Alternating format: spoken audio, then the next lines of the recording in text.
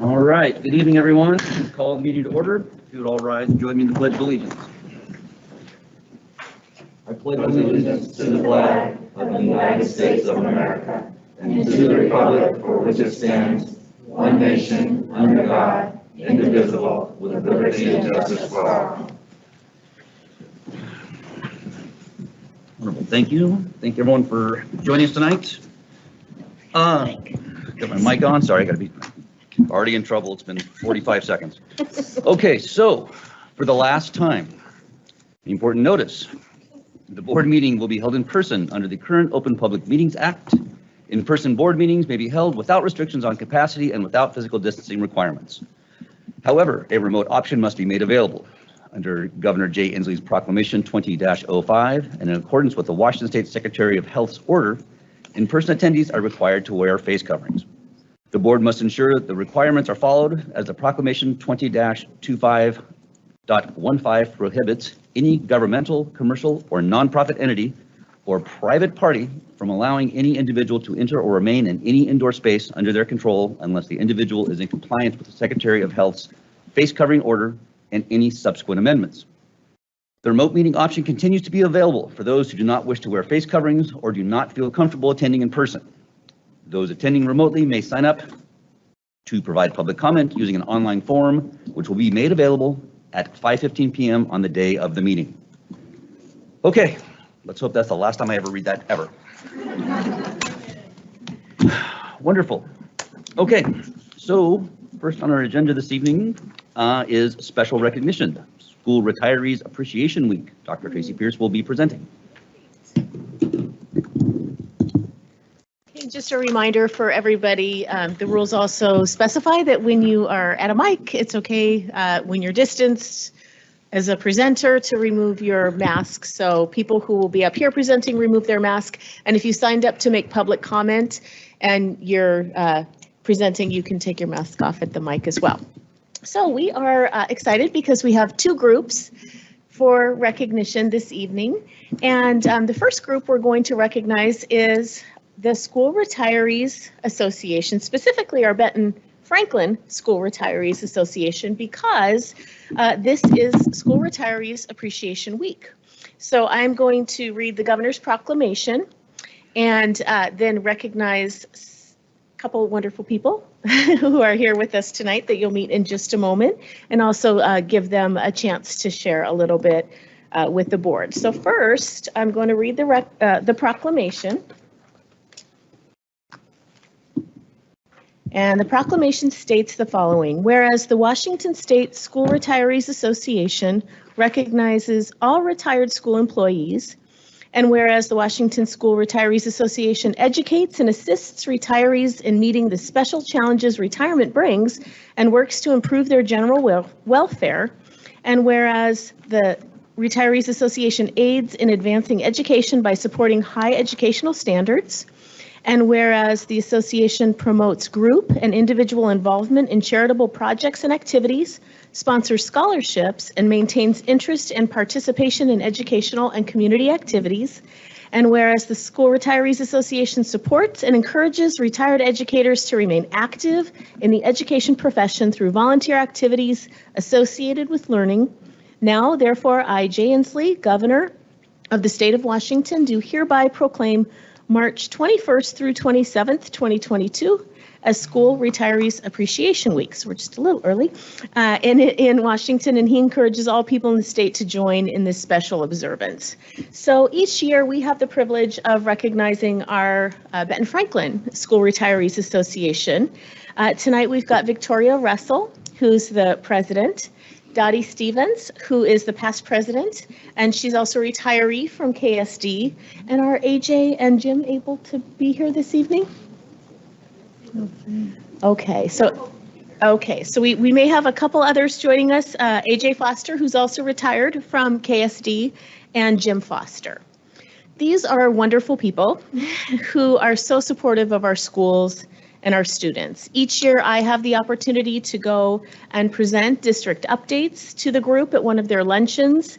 They provide volunteers, scholarships, and program supports for our schools, and we just really appreciate them. I'd like to invite both Victoria and Dottie up to share a few words, and then we have a couple of items to present to you in appreciation.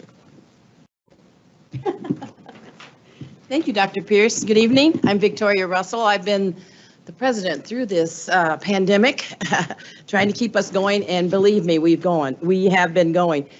We have a membership of 847 and have been able to manage that throughout this time, and I feel good. We also have 140 actives. That means people who are still teaching, which I'm proud of, and 5 honorary who are 90 and above. And I'm happy to say our oldest member is in Billings, Montana, turned 105 this past January. And she still pays her dues. I couldn't believe that, but she's a wonderful lady. We have been in the business of following with education, and I've had the fun task. I have twin grandsons who are 9 years old, and I have been helping them since they're in kindergarten, and especially when they went online as first grade. I taught high school, not elementary, but I have learned how to deal with first grade, second grade, and now third grade. And I'm proud to say, I think I finally accomplished it. My grandsons call me the homework lady, you know, because I don't let them up until they finish. No TV, no nothing, so they get it all done.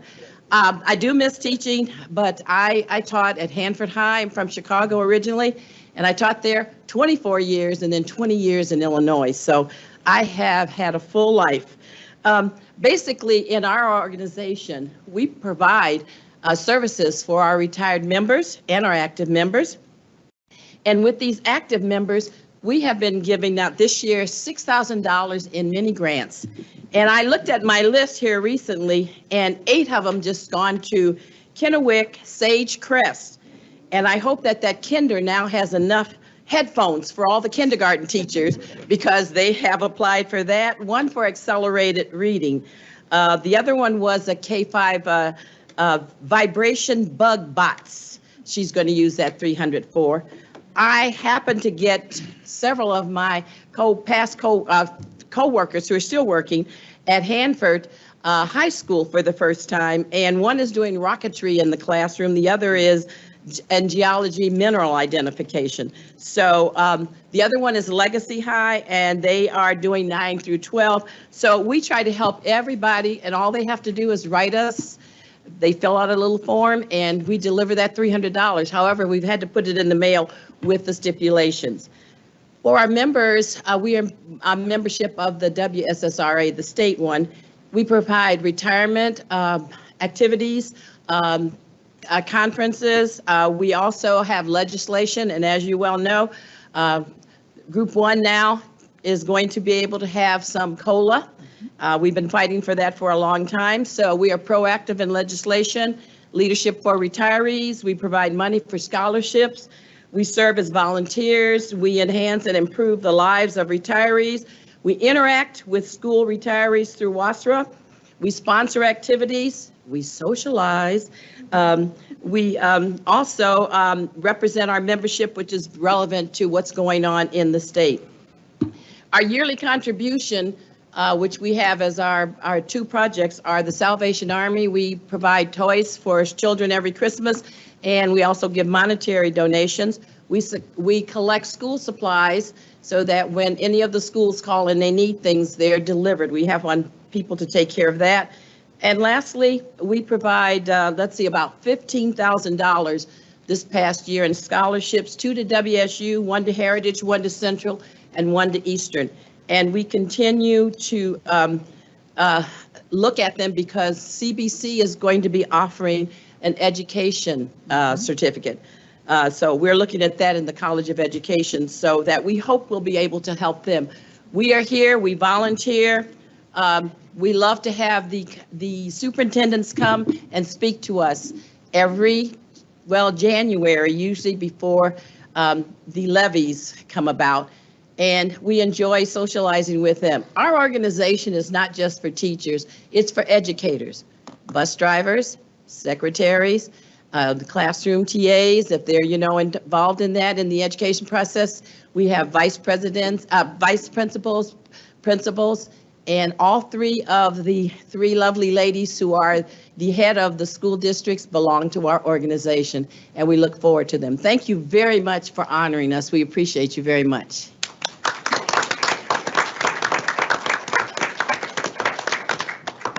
Okay, so before you go, we have a couple little goodies for you. First, and you can take these for age. It's candy. It's candy, Victoria. So these are water bottles filled with goodies for you and also for AJ and Jim. Okay. Great. And then for you, Dottie, and for AJ, because you both retired from KSD, the board's going to hear about this in April. We've got a updated recognition program for our school employees. But you're going to be the first ones to receive our retiree pins. So these are hot off the presses. One for Dottie, 34 years Kennewick School District. And this one is for AJ. When I first came here, I subbed in the Kennewick district. we can probably work on getting you one too, Victoria. Thank you both. Thank you so much for having us. Have a good meeting. Thank you. Thank you so much. Okay, so Dr. Pierce has another special recognition. Yeah, so we're excited tonight because in addition to recognizing our Retirees Association and some of our retired employees, we get an opportunity to recognize some current employees. And it is classified support, it is, to get the name right here, it is Education Support Professionals Week. Get that right. And I think we have some of our educational support professionals here with us tonight. If you are here and you're an educational support professional, can you raise your hand? All right, awesome. So this recognition is for you. We are very fortunate to have wonderful education support professionals here in KSD. It is Education Support Professionals Week, and our tradition here in our district is to deliver cakes out to the buildings for our staffs to enjoy because, well, they take the cake. And so this morning, cabinet members and I got to deliver cakes out to buildings. Hopefully you got to enjoy those cakes. They looked super yummy. Also, throughout the week, schools do different activities and special things to honor our education support professionals, and our communications team also put together a great video this year that's out on the website and out on Facebook, so hopefully you are all having a chance to see that as well. So I'd like to read the Governor's Proclamation for Education Support Professionals Week.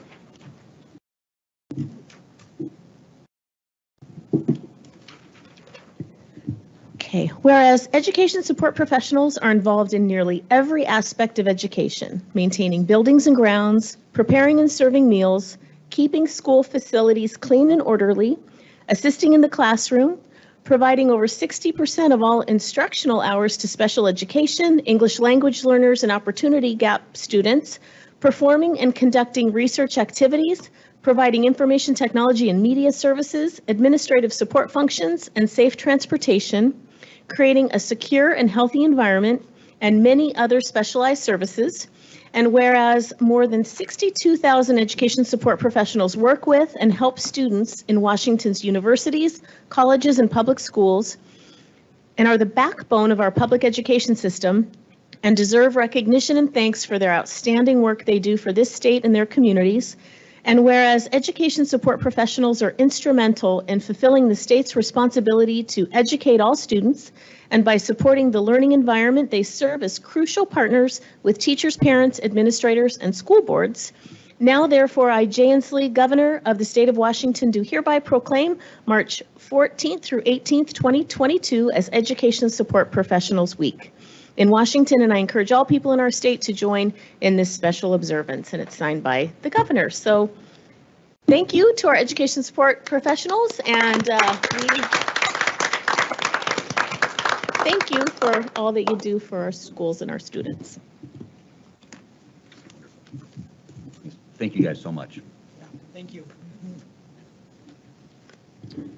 Okay, next on our agenda tonight is communications from parents, staff, and district residents.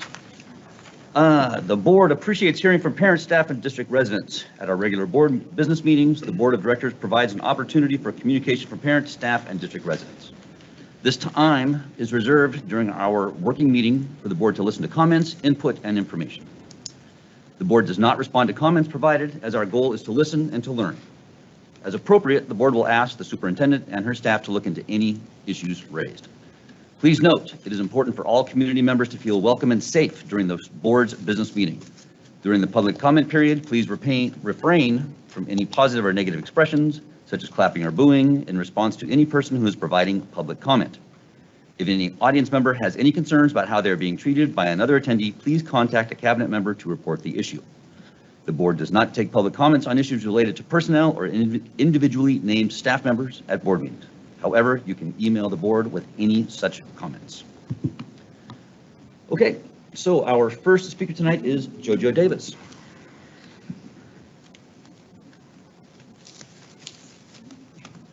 Hi, everybody.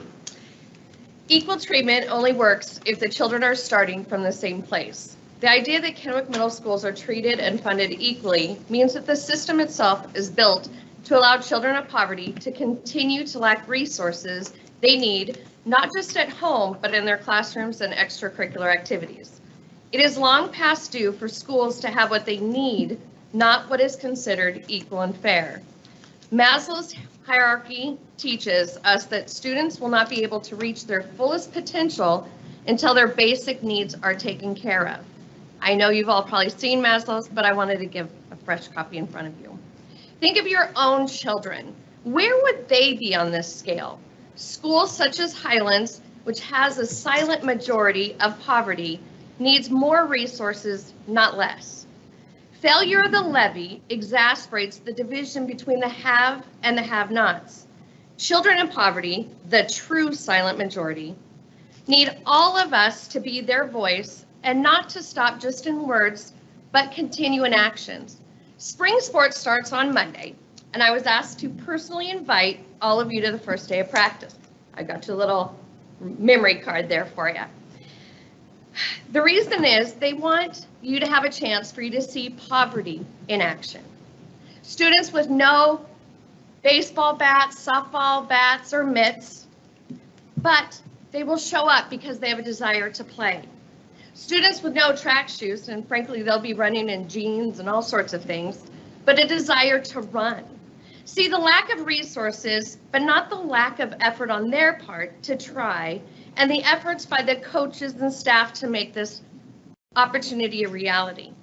Students' needs are attempted to be met through generosity of Invest Ed program, community in schools, the Shake, which are the retired school employees, their school supply drive, and certainly the huge amount of money that comes out of the pockets of the staff at our schools. Without the passage of the levy, we at Highlands will be at the mercy of those in our community, and frankly, they just voted no, and tapped out resources to try and provide to the students what they so truly need in order to be their true self. Help our students go from the bottom where they just need basic needs to the very top where they have self-actualization. Thank you. Thank you very much. Our next speaker is Catherine Chumney.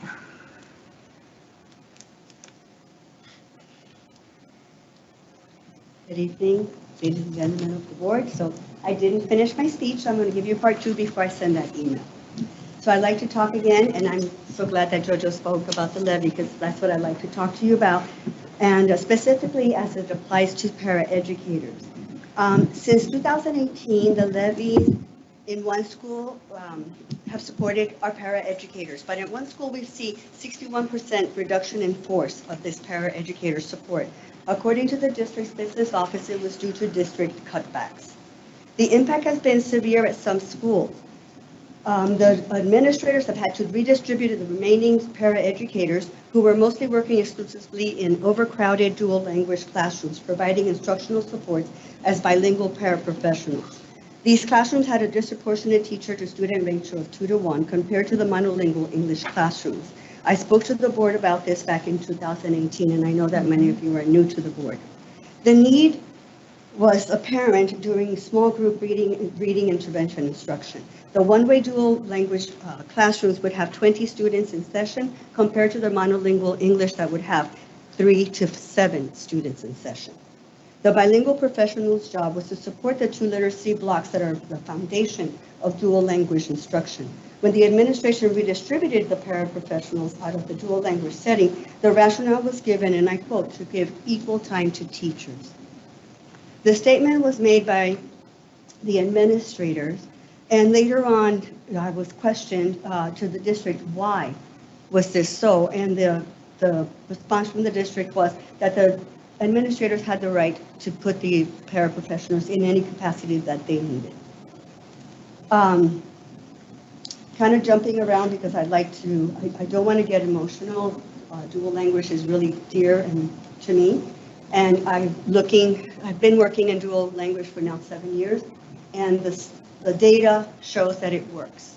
When it's implemented correctly with the right instructional supports, it works. We see our students achieving and actually excelling, and most importantly, staying out of not only behavior problems, but also staying out of special ed. This year, the same paraprofessionals have been directed not to do clerical work for the teachers, such as cutting, laminating, etc. Their new paraprofessional contract states that they are to work with students. Yet at some schools, the administrations have pulled the paraprofessionals to do those same precise things, okay. And I'll be sending you that image. Ms. Chumney, your time has expired. Yes. But thank you very much. I see Dr. Pierce taking very good notes over here, so we will follow up on this. Yes, thank you. Thank you very much. Our next speaker is Mackenzie Dotson. Oh, okay. So as I was saying, the paraprofessionals contract, right, it dictates that they're not to do these things. However, administrators are using our paraprofessionals rather than being in their instructional setting. They're actually being used to cut for the school, different things, as well as make signs like the Eastgate Elementary. We thank you. And again, instructional support was removed from the students in order to do these clerical jobs that the teachers are not able to do. The EP&O, let's see, like I said, I like to support the levy. I needed to support the levy because it's my job, as well as my wonderful paras who I've worked with for over 8 years. But there needs to be some sort of accountability or oversight that can handle these problems when things don't work the way that they're supposed to. I would like the district to fulfill the promises to the taxpayers, the parents, and our community to give the support that our students need, especially when it deals with our Title I students. Thank you for your time. Wonderful. Thank you. Okay, our next speaker is, I believe it's Sonia Steele. Is that correct? Not at this time. Okay, thank you so much. Next speaker is Tina Gregory.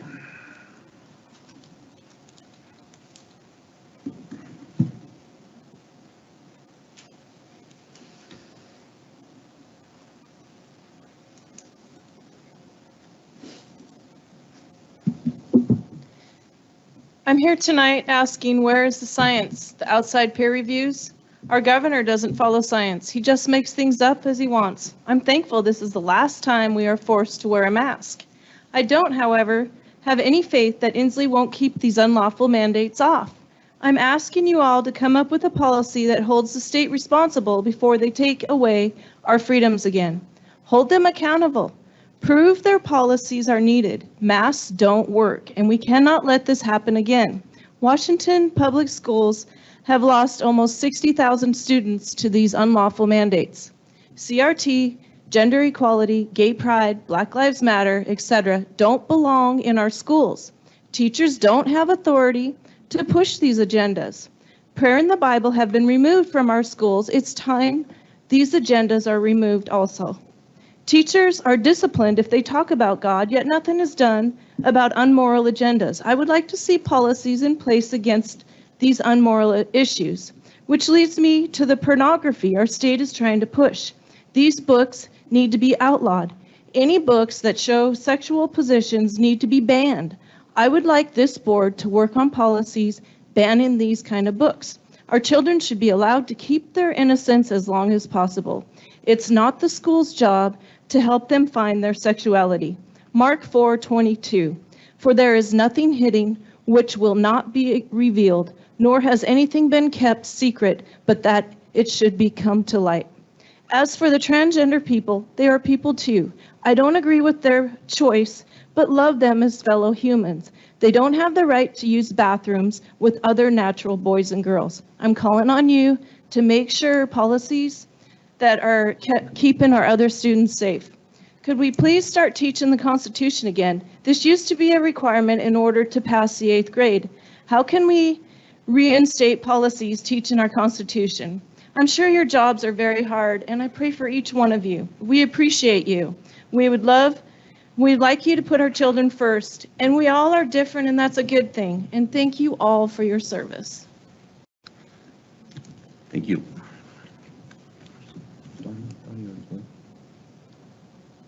Yeah. Say I have Dottie Stevens on here, but I think she already took off. Yep, you go. Okay, perfect. We should check the online. Oh yeah, I'm sorry. Thank you so much. Mr. Cohen, do we have anyone online that'd like to give comments this evening? Nope. Okay, perfect. Thank you so much. Okay, that will conclude communications from parents. Mike. Yes, sir. Real quick, can we ask that Tracy look at policy 1431 and add some language regarding yielding time to others, because we don't have any policy regarding it? Can we get that updated so it allows for that? That's just a good plan. And some parameters maybe around it. Yeah. 1431. 1431. Thank you. Okay, perfect. I'm going to write that down here. Thank you very much for that. Okay, next our agenda are the consent items. Move to approve consent items as written. Second. Have a first and a second. Any other conversation? I will call for the roll call vote, please. Mr. Galbraith, Yes. Mr. Valentine, Yes. Ms. Sunvit, Yes. Mr. Mabry, Yes. Mr. Connors. Yes. Thank you. Perfect. Next on our agenda is the superintendent and board member reports. Dr. Pierce. I have quite a bit to update on the COVID update, so I'll just wait and give my updates as part of that report. Okay, sounds great. Okay, yeah, so I did my bi-monthly student rep network with WASDA. This time we were focusing kind of on debriefing where legislation's at. WASDA's trying to get a few bills kind of in that home run. And then the bill that I testified for the Senate version, but they're the same bill for 1878, and it passed, and the governor signed it, so I was super excited. It was a program that I hadn't heard of, and then when I went to Kennewick, before the pandemic, we had free school lunch for everyone, and I saw the impact that made, and Desert Hills didn't have that, and so programs like that, I can go on and on about the night and day difference that made in our school, and so I'm super excited to see a bill that will expand that program for more schools across the state. I attended, so we partner with, I'm failing to remember the name of the company, but they're a science-based kind of out at the Hanford site kind of thing, something out there. And I don't know. You sound like me. This shouldn't hit you till you're in your 50s. One of those science, yeah, I'm sorry. It's not Patel, I know that. Hosts a engineering competition for all of the high schools to participate in. And so it's really cool to see a bunch of students from all of our different high schools kind of together again, competing. And it's pretty fun. So it was good to see that. So that's everything I've been up to. Wonderful, thank you. Go down to the other end, Gabe. Just very quickly, we were given some addresses to check out in the community.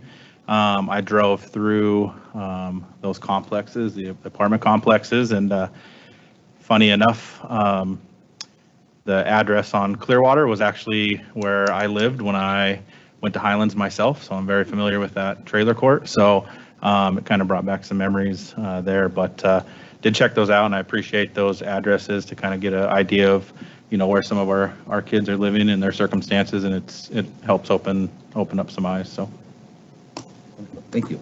Micah?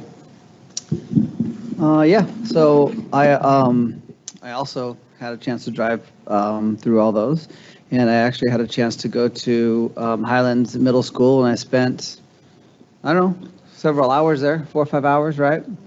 I talked to JoJo, and she was great, and we had a great conversation. Principal Lori McCord, she was wonderful. We had a really nice conversation as well. Great staff, talked to the librarian, visited lunch, recess, several things. It was really, really nice. Really enjoyed it. Enjoyed my time there. They're definitely working hard. They have some really neat things, and it gave me some really good ideas of things that that we can do as individuals and collectively to help that school and that population. And so I just want to thank that school for being so welcoming and wonderful. Thank you. Diane?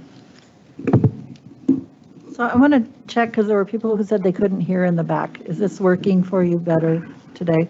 Okay, good. Let's see.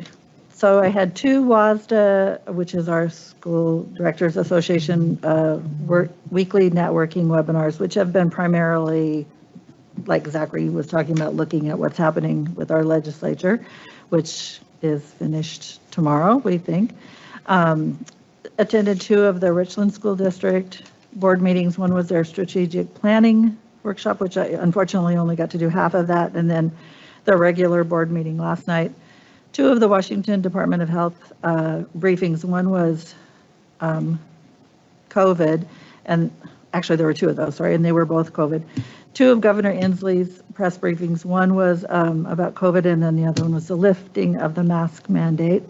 I had a conversation with a KSD employee who also sent me some pictures regarding one of my pet things recently is the ADA, non-ADA accessible playground equipment. And so I forwarded that to Dr. Pierce and Mr. Roberts.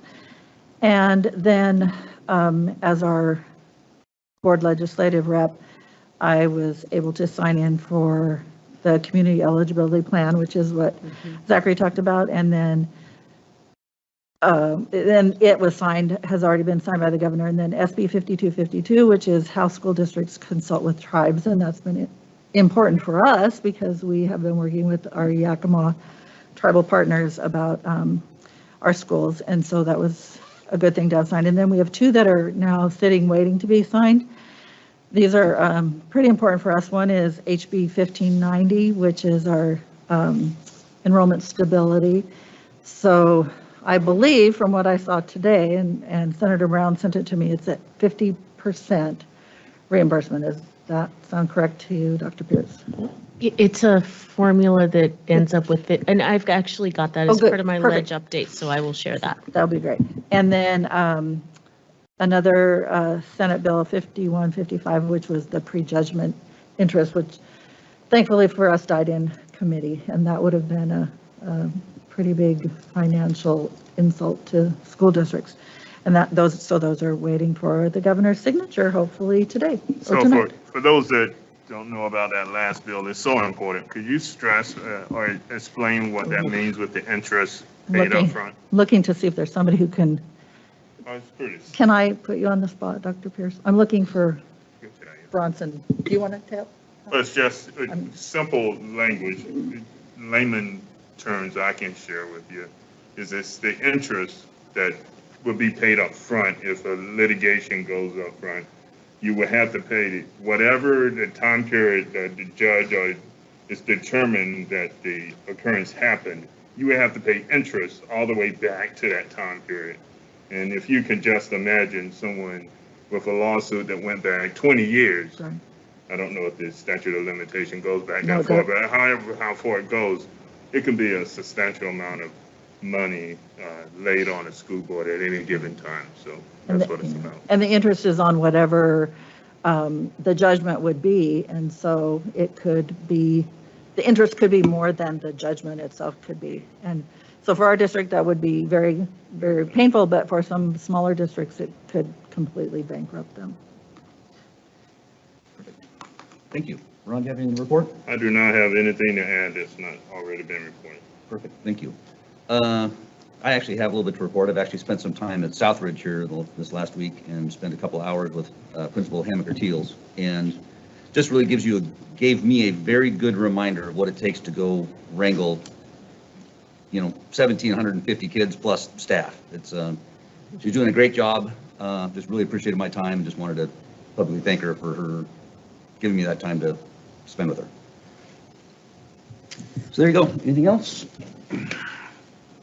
Okay, so we are on to reports and discussions. First up is a COVID update.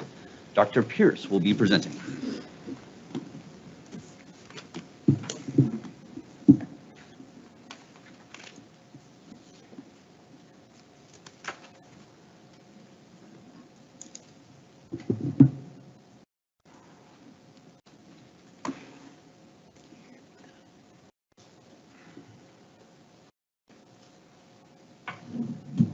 Okay, quite a few updates to share since our last meeting. So I will highlight where we are with the end of the mask mandate coming up here.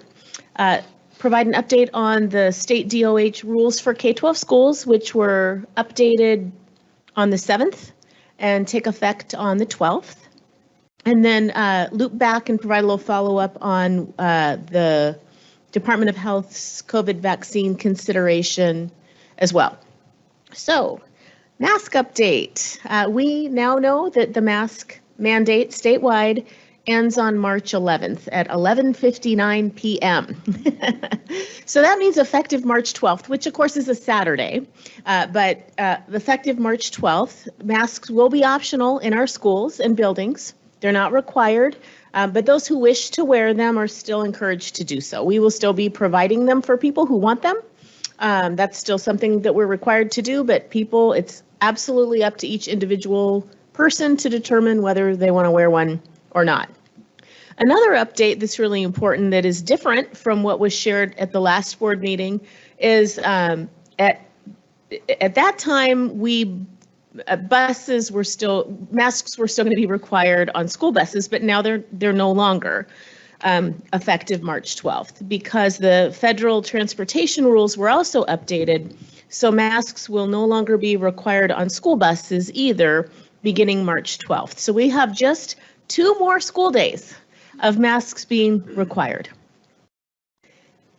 So we're continuing to communicate what we have been communicating. Of course, beginning March 12th, we're committed to ensuring that all staff, families, and students can freely make the choice that is best for them. We're going to work hard to make sure that individual rights and decisions are respected. Every family will have the option to choose whether or not to have their children wear a mask. Every staff member will have the ability to choose whether to wear a mask. And we're strongly encouraging and stressing that no one should make any assumptions about or comments to other people regarding their choice whether to wear a mask or not. And until that time, 2 more days, we're committed to following the rules as they're required. So the rules have been updated, and those rules are the State Department of Health's K-12 requirements for schools. They were updated on March 7th, and they take effect March 12th. So there was a statewide webinar yesterday that OSPI held for superintendents and others across the state. The person from the State Department of Health was there to highlight and help, provide an overview of what these rule changes mean.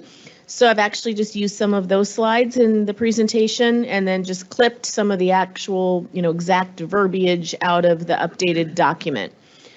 So Indoor mask requirement, we already know that they're not required outdoors right now. The indoor requirements lifted effective 3/12 for schools. And just to be clear, I'm only highlighting what the rules are for schools.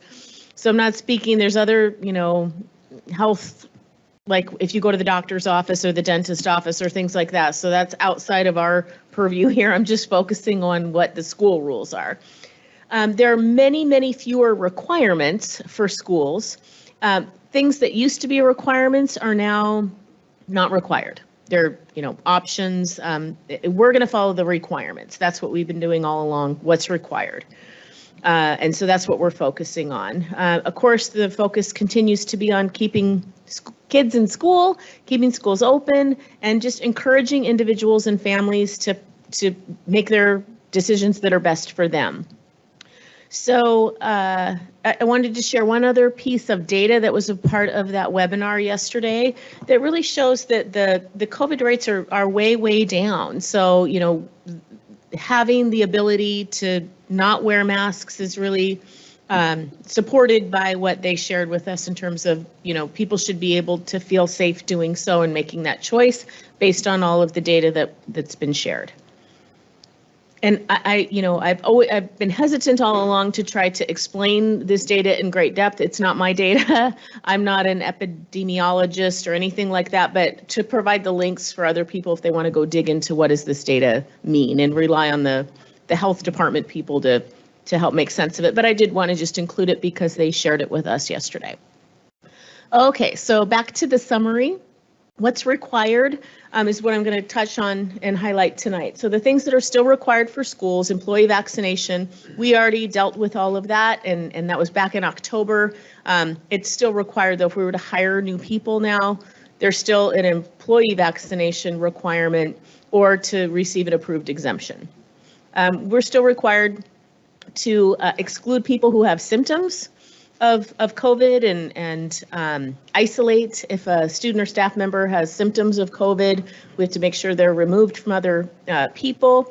We're still required to notify groups of potential exposures. We're still required to provide access to diagnostic testing, to report cases and outbreaks.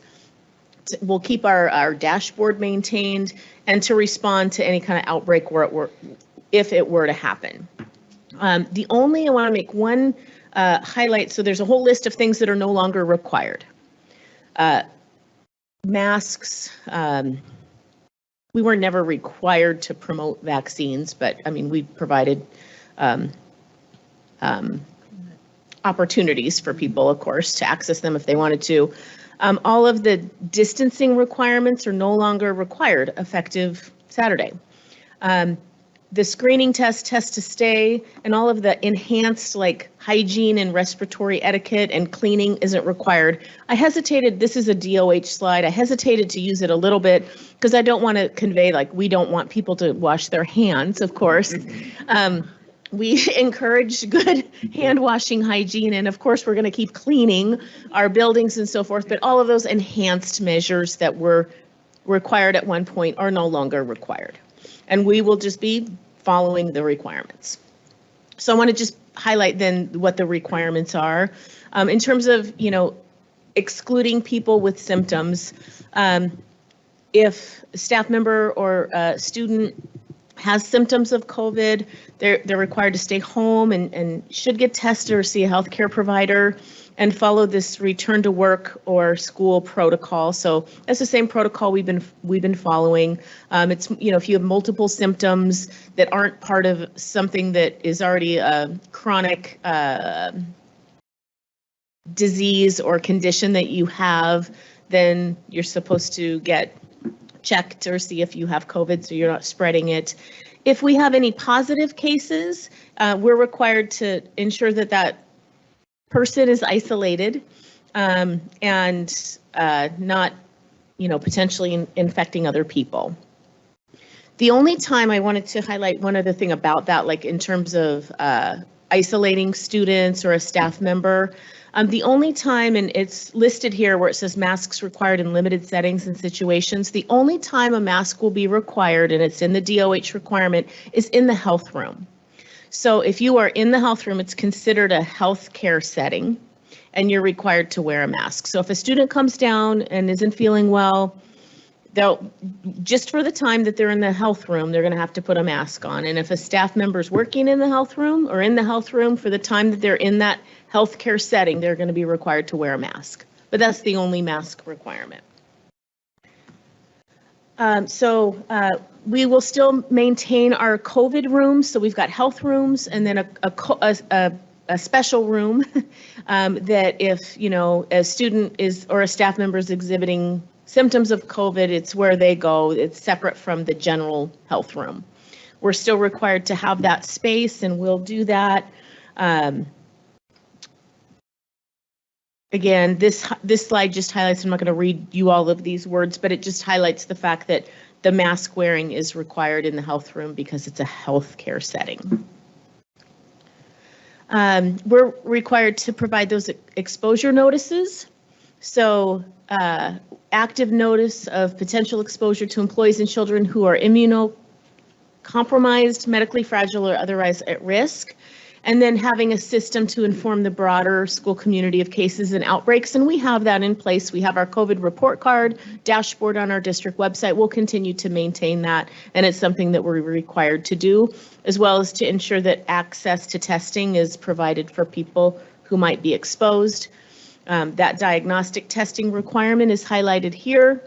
Again, this is clipped just directly from the requirements, and we have this in place already, and we'll continue to ensure access to those diagnostic tests, because what they do is they help us rule out negative cases and make sure that staff members and students who are not positive can remain in school and at work. We're still required to work with public health, report any cases and outbreaks, and then if there were to be an outbreak of some kind, to follow the requirements that were received from public health about that outbreak if it were to happen. That's no different than if there were an outbreak of measles or an outbreak of any other kind of communicable type of disease.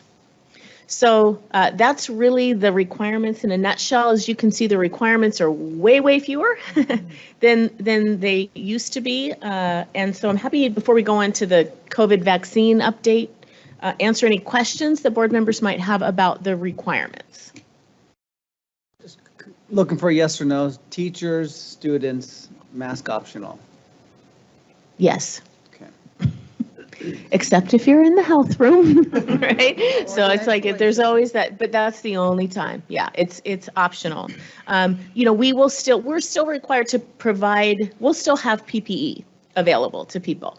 So if people come into a building, there's masks there. If somebody wants to wear a mask, there's nobody going to be, pushing masks on anybody or anything like that. But it's there, and it's absolutely fine if people want to wear a mask too. So.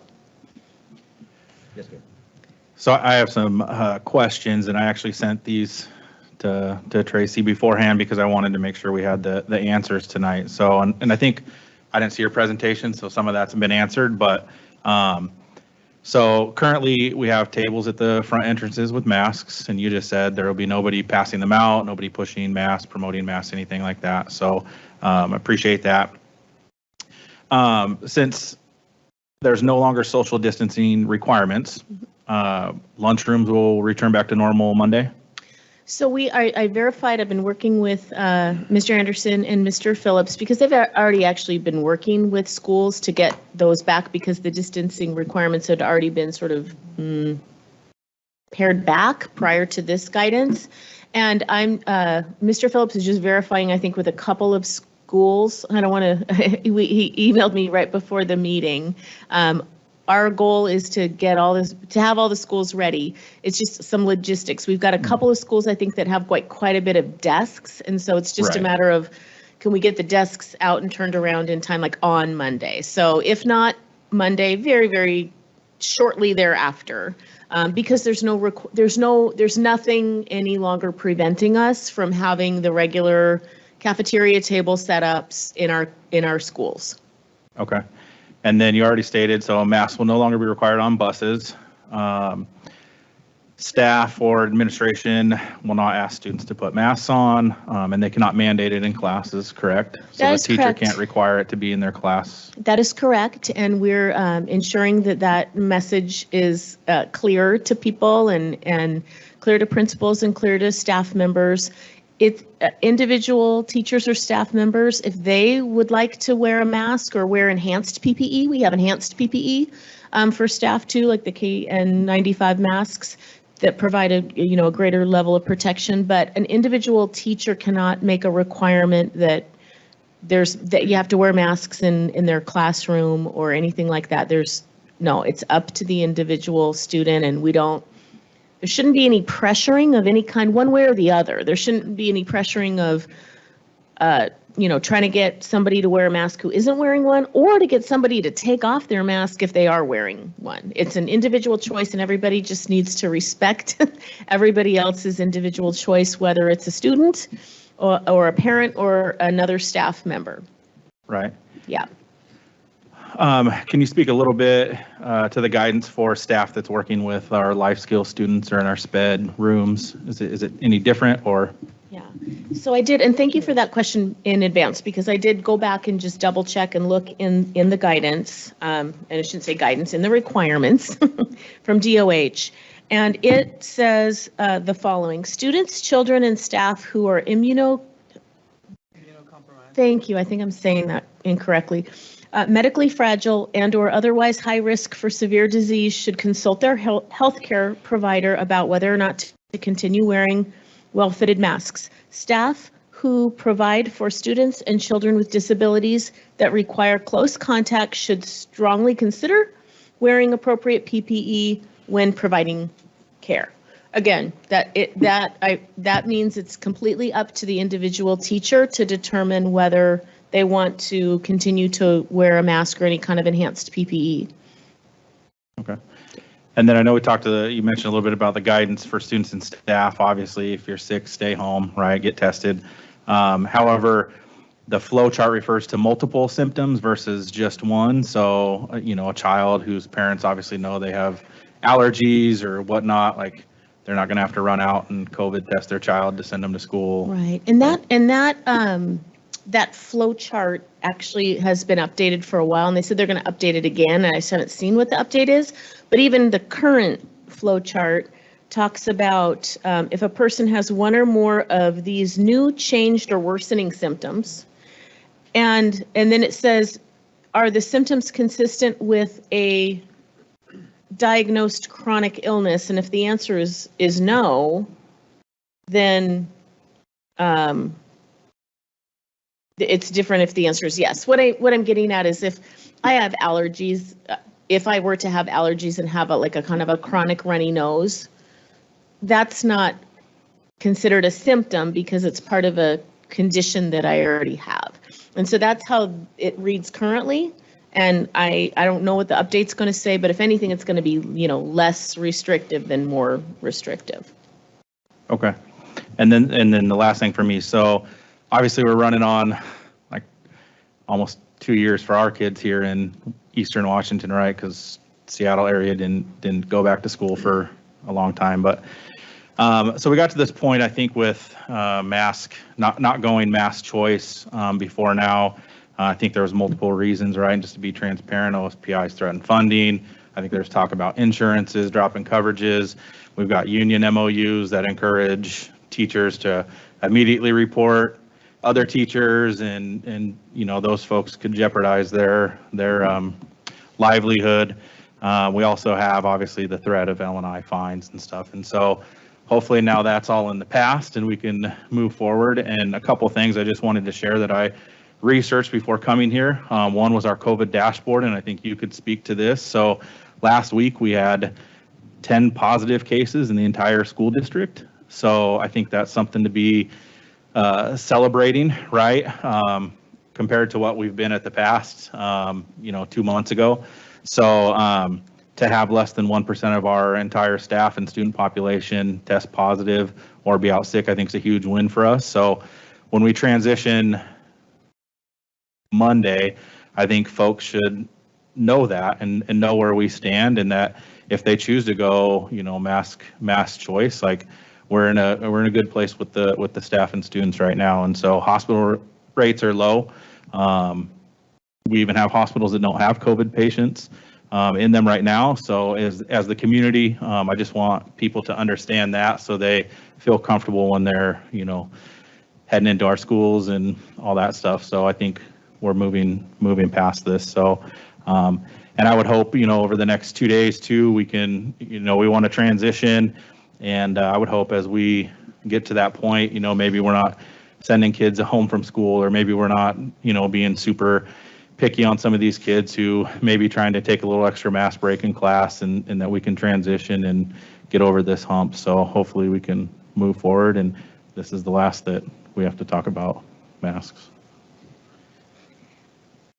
On the COVID report card, I brought that up just so we can see specifically, and you're right, and I had, even last week, I think it was last week or the week before, shared with the board, I mean, really, what our data looks like, and it does look really, really good. We have just very, very few cases, and so, I think this data, the statewide data, everything that was shared, people should feel comfortable with the requirements coming off, and the state DOH, the health people who know this stuff, they've changed the requirements and they're updating the requirements. So we should feel comfortable. Yeah, I mean, making the change. It's been over 1,200 hours. Our elementary kids have worn masks in the school district since the start of this. So I think we should celebrate this movement to the next phase and mask choice. So I would encourage everybody to have that little discussion or celebration, especially if you're ready to get rid of masks. Yes, sir. Yeah, so I just want to kind of add to that. There's 0 governing bodies that recommend masks indoor, 0.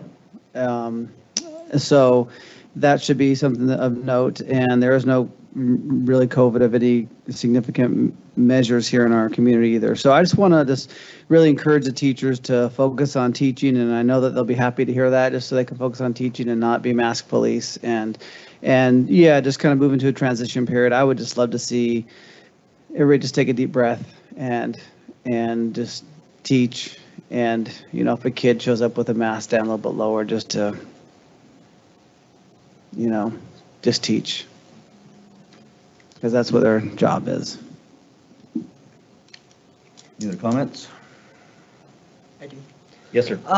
First of all, I wanted to say that the mask optional language is being communicated very well so far.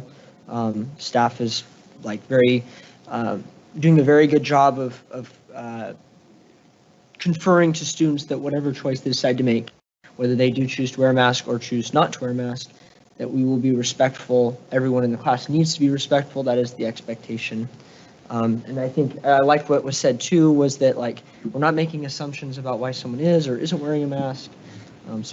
I just wanted to say that message is being received, at least at Kennewick. I did have a few, I think pretty quick. I have heard it come up a few times if a teacher, they're wanting to wear a mask and say a student needs to come up closer to them, if the teacher can require the student to wear a mask. I've had that been asked a few times. I don't know that kind of a specific situation. Yeah. So I'm just going to repeat that question and answer the questions. The question is, if a teacher's choosing to wear a mask, Yep. that's fine. Yep. But can the teacher then require the student to put on a mask if the student's coming up to ask for help from the teacher? And the answer to that question is no. No, there's no longer a mask requirement. And it's not that this isn't a dress code issue, right? This is a health issue, and the health requirement has been lifted. And so it would not be appropriate or acceptable for a teacher to say, because I'm choosing to wear a mask, now student, I want you to wear a mask if you're going to come and talk to me. And we're working on a district-wide communication with some FAQs, and Mr. Anderson and Mr. Phillips are meeting with principals, so we can make sure that all of this information is really, really clear. Again, if the teacher wants to wear enhanced PPE or something like that, that's fine, but it's, again, it's all about this individual choice and not imposing, your own choice onto someone else. And so we're going to be really clear about that. And if somebody does do that, we're going to address it and make sure it gets corrected. But we're also going to be proactively ensuring that the new requirements are clear to everybody and implemented appropriately. Okay, that's everything I had. Thank you. Any other comments? I do have a comment. I think when we're celebrating, has been noted before, that we celebrate getting past this milestone together. And we really celebrate the teachers that put up with all this stuff that we put before them. Celebrate everybody, and the accomplishment goes to everyone. Absolutely. Wonderful. Thank you. Yeah. Okay, so the other just brief part of the COVID update is on the vaccine. So as you got, and this is speaking about the State Board of Health's process with the technical advisory group. So just as a quick reminder, State Board of Health convened a technical advisory group to consider whether the COVID-19 vaccine should be included in the WAC, speaking to immunization requirements for school children. If I know the board remembers, at the February 23rd meeting, school board unanimously passed a resolution opposing the vaccine for inclusion. I submitted that resolution to the State Board of Health and to the representatives representing schools on the TAG. Since that time, the next day, right, the TAG met.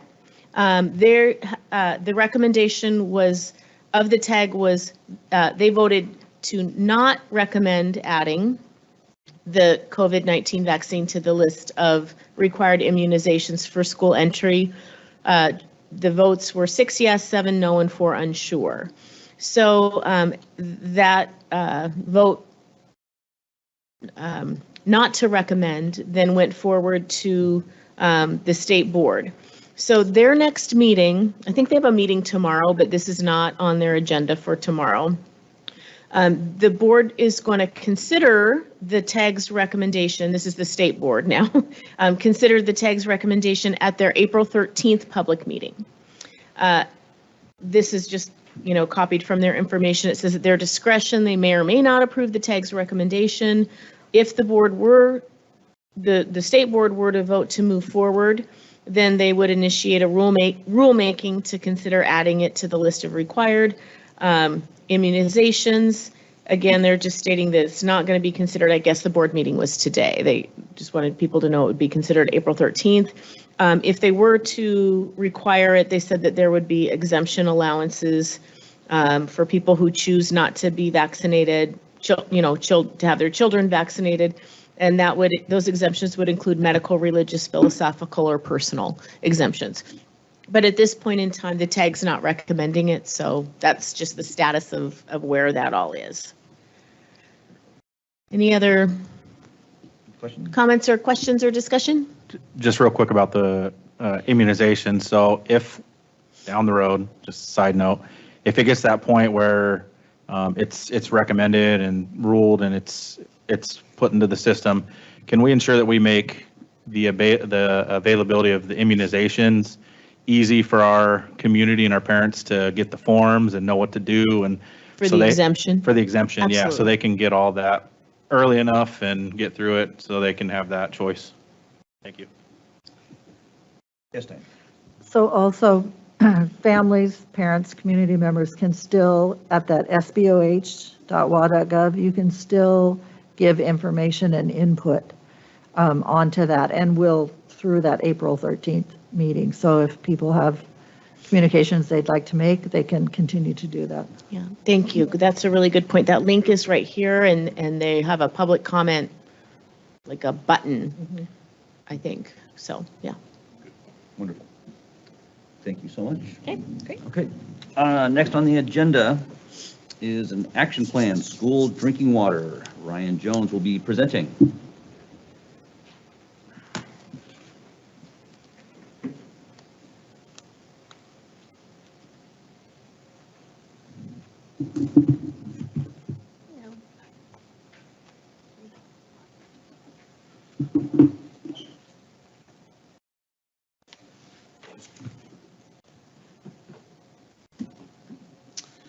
Good evening, Dr. Pierce, members of the board. As was mentioned, I'll be covering the action plan for the school drinking water.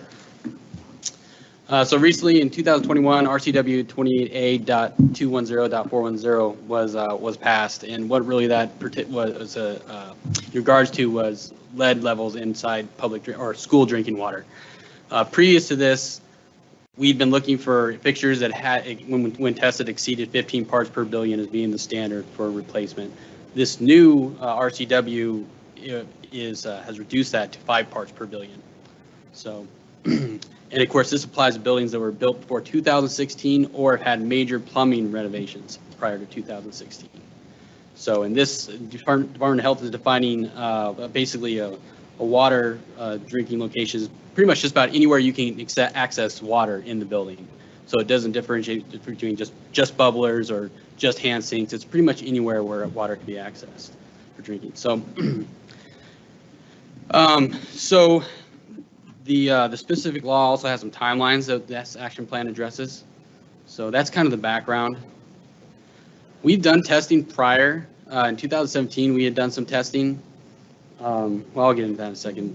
That kind of comes part of this, but the testing by the law is to be completed by June 30th, 2026. So as you see, it's quite a ways out, and that is for every district to have tested their water at that point.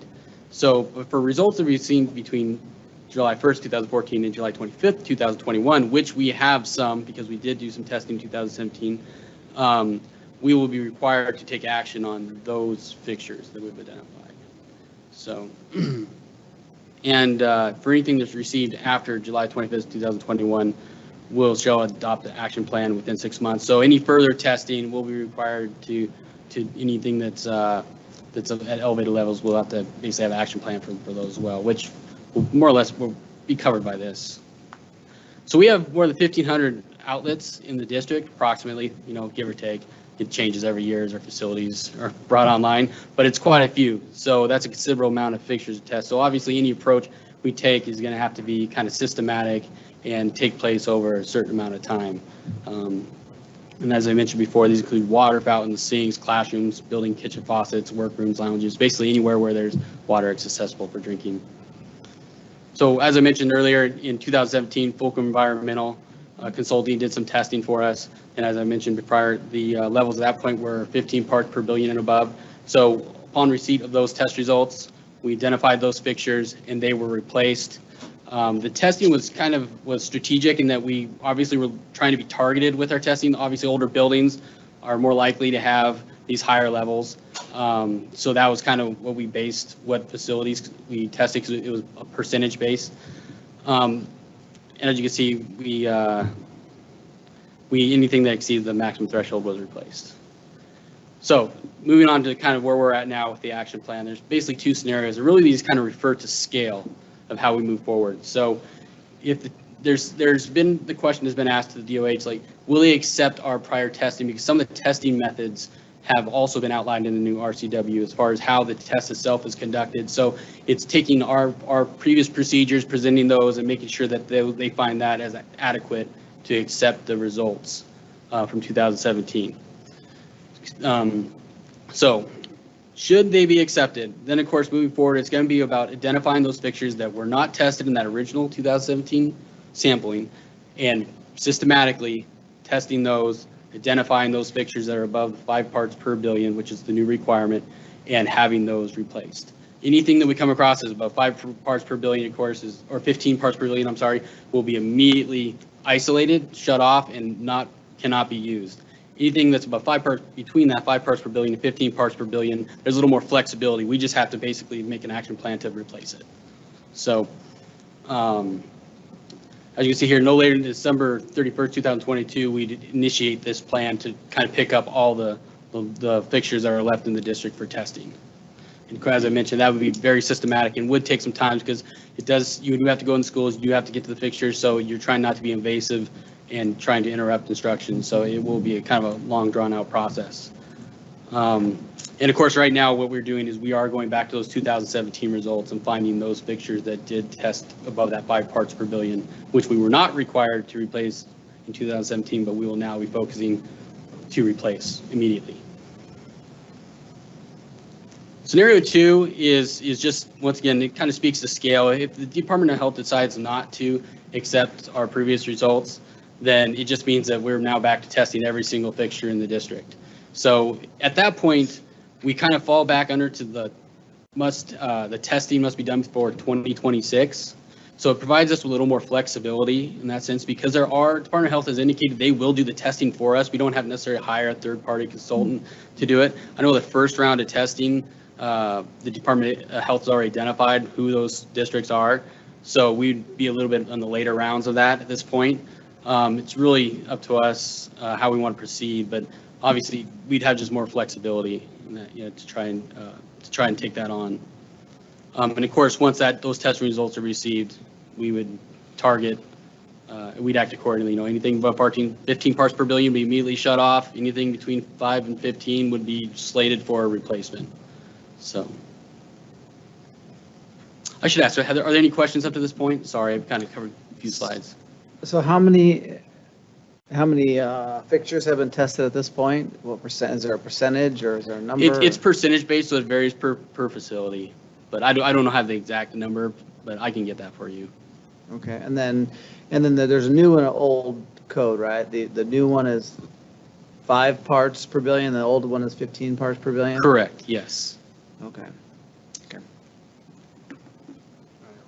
With such fine parameters as parts per billion, is there a correction factor with the testing that goes along with it?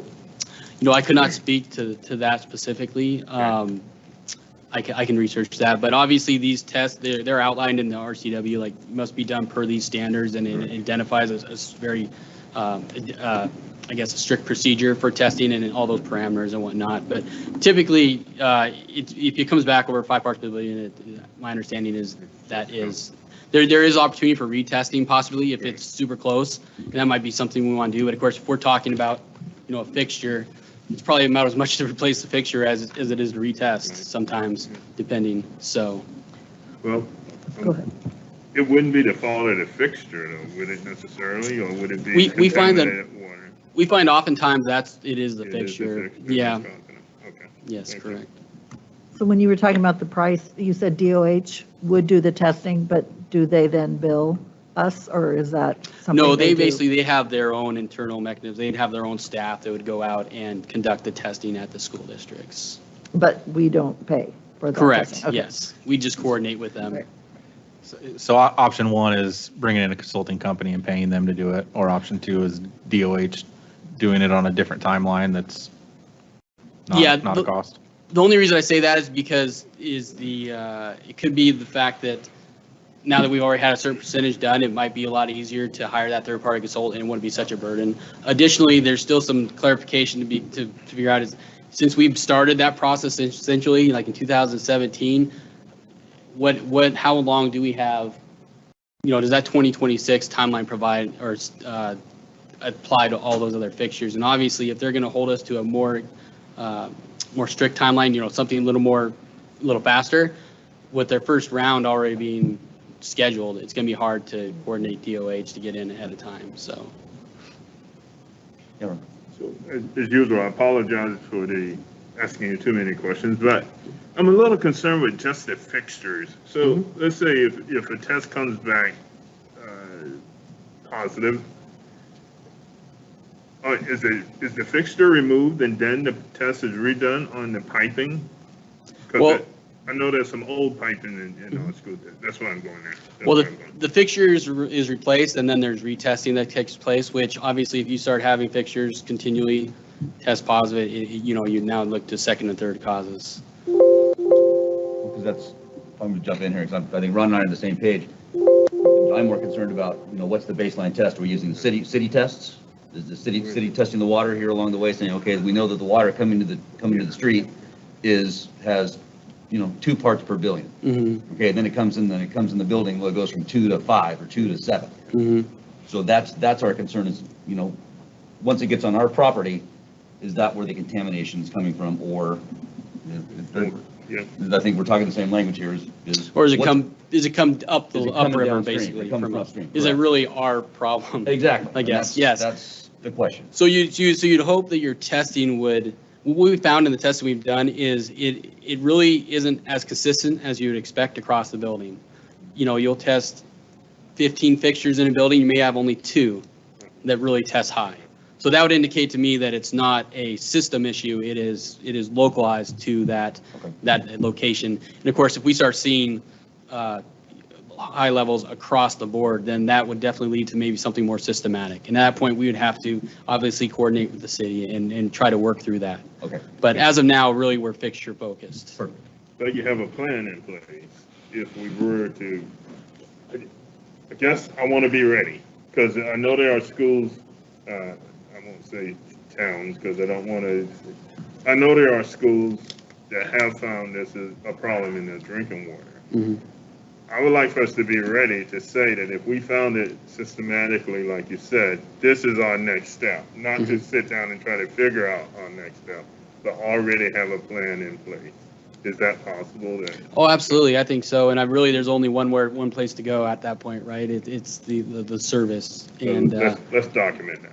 Okay. Now, I'm asking me personally, I guess we could, but I love to be able to say that's within our policy or our plan of action. Okay.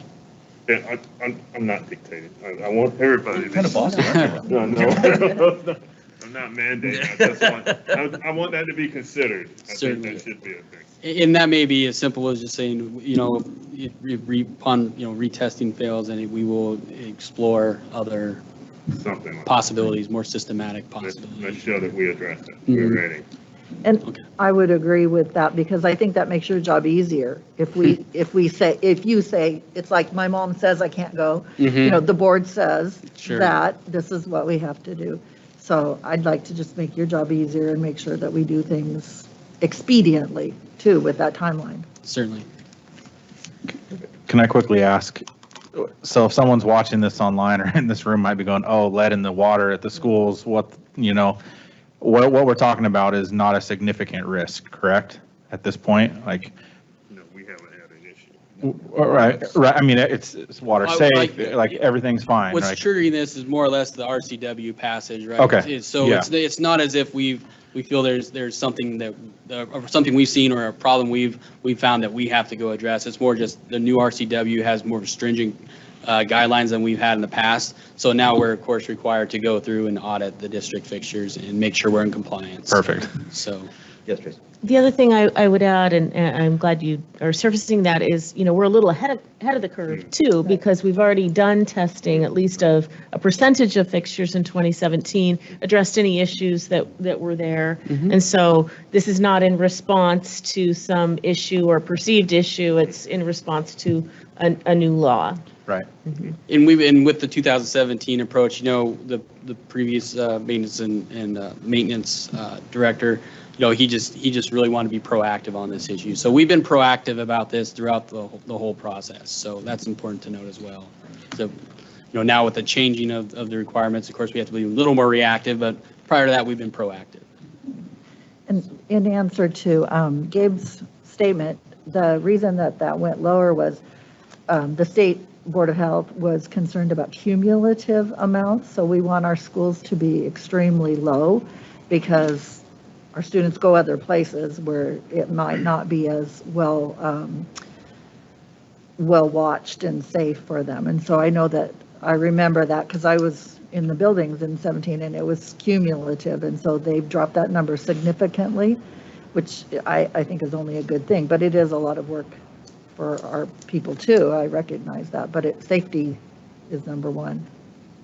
When you test, do you also test for other harmful things, or is it just lead? Typically, if we're doing testing, we have tested for copper. And in fact, 2017, there's copper testing as well. This RCW speaks only to lead, but if you're going through, if you're going to be there, that would be something definitely to look into, is if we're taking sampling at that Might point. As well test for everything, right? Well, it's anything that would be deemed harmful. Yeah. Thank you, Ryan. Wonderful. So Ryan, I just want to make sure of it. So just to clarify, at the next board meeting, we'll have more information about which scenario, and the board will be asked to formally adopt the action plan. And in the meantime, can you speak a little about the public comment period and that piece? Correct. So we are publishing an ad based to that in the paper to basically make the public aware that we're in the middle of this process. We reference where they can go to provide comment and where they can find information. Additionally, we presented here, and the idea is that the public has an opportunity to review within the next 2 weeks, and look at the plan and provide any comments on it and make sure that we are being responsive to their concerns regarding our plan. Nice. Yeah. Will that also go on our district website, or will it Yes, only be? in okay. fact, the ad more or less references the district website. And then my question always is, will this also be in Spanish, please? I will have to check on that. Okay, so on the district website, So the text on the website will be, and I think I'm looking at Robin, and I think I remember what I saw.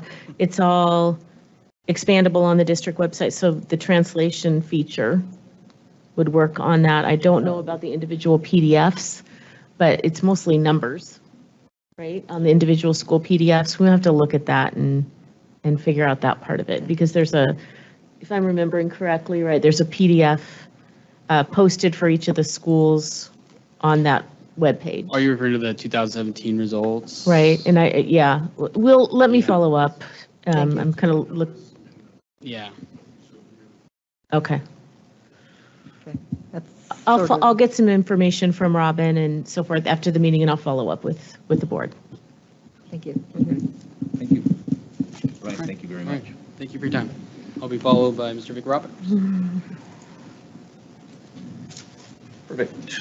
So next on the agenda is a legislative update. Dr. Pierce. Stand corrected. I'll be followed by you. Do you want, is this yours? No, it's okay.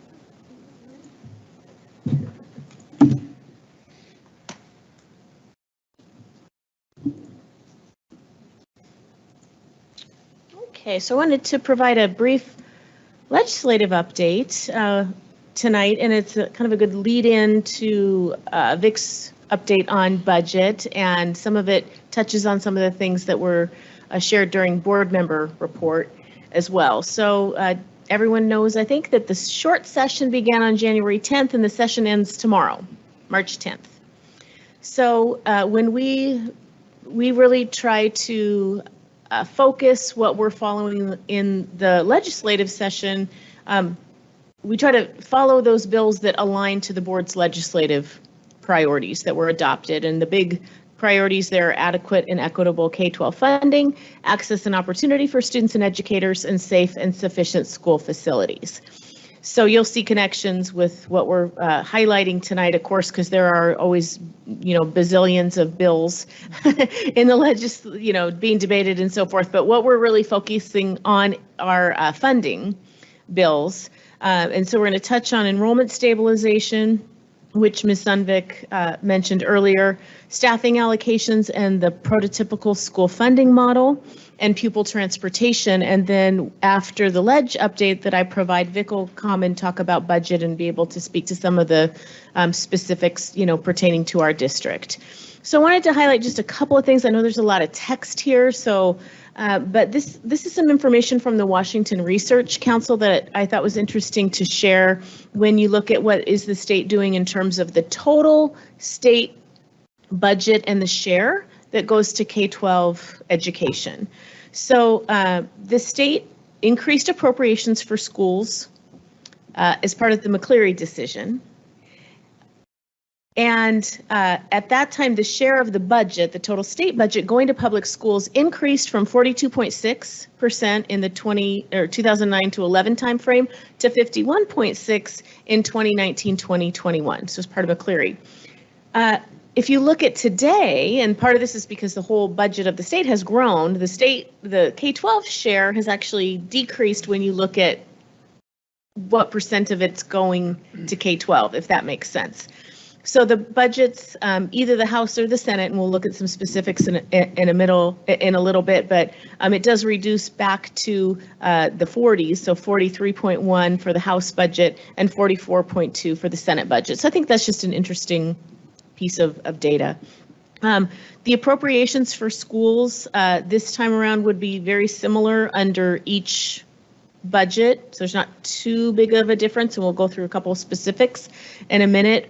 Both would reduce the 21-23 appropriations by, over 100 million, so 120.6 million with the House budget and 141.8 million in the Senate budget. Again, this is statewide appropriations. That net reduction is due to estimated savings at the maintenance level. So this is where it gets into COVID and enrollment and things like that. So the cost of maintenance levels considered the cost of continuing current services adjusted for inflation and enrollment. So for K-12, the maintenance levels estimated to decrease by almost 926 million, mainly due to lower enrollment in schools statewide. So hopefully that enrollment's going to be bouncing back now that COVID is, we're coming out of the pandemic and more to endemic. But counteracting that maintenance level savings, the House budget would increase policy appropriations by 805.2 million, and the Senate budget would increase those policy level appropriations by 874 million. So the major policy level changes in both budgets, and this is what we're going to focus on tonight, are enrollment stabilization, student support staffing, and salary inflation. Just some interesting background. So starting with enrollment stabilization, last year the legislature appropriated almost 96 million for the 2019 to 2021 biennium and 27.8 million for the 21 to 23 biennium for enrollment stabilization. This time around, the House passed supplemental would appropriate almost 315 million for enrollment stabilization, and the Senate would appropriate 346.5 million. This is where that 50% thing that Ms. Sundvik mentioned earlier comes into play. And so that's I think the best way to show that is on this slide. So this shows a side-by-side of what the enrollment stabilization approaches would be for the Senate and the House. Under the Senate budget calculation, they would look at comparing a district's actual 2019-20 enrollment with their actual 21-22 enrollment. They'd calculate the difference and then divide it in half. That's the 50%. And that's what the figure would be. So even when only providing at the 50% level of enrollment loss, most districts would still receive more under the Senate's proposal with this methodology versus the House's proposal. So for KSD, the Senate scenario would provide about $3.3 million based on the spreadsheets that we've seen from OSPI. If we use the House methodology is what they use, the enrollment's calculated by determining the difference between budgeted enrollment and actual enrollment. So this is sort of odd, we think. Both Vic and I agree this is odd methodology, because if you were just too conservative in your budgeting, then you'd potentially receive little or no stabilization funding. So it seems like an odd methodology, and it would result in less money for our district.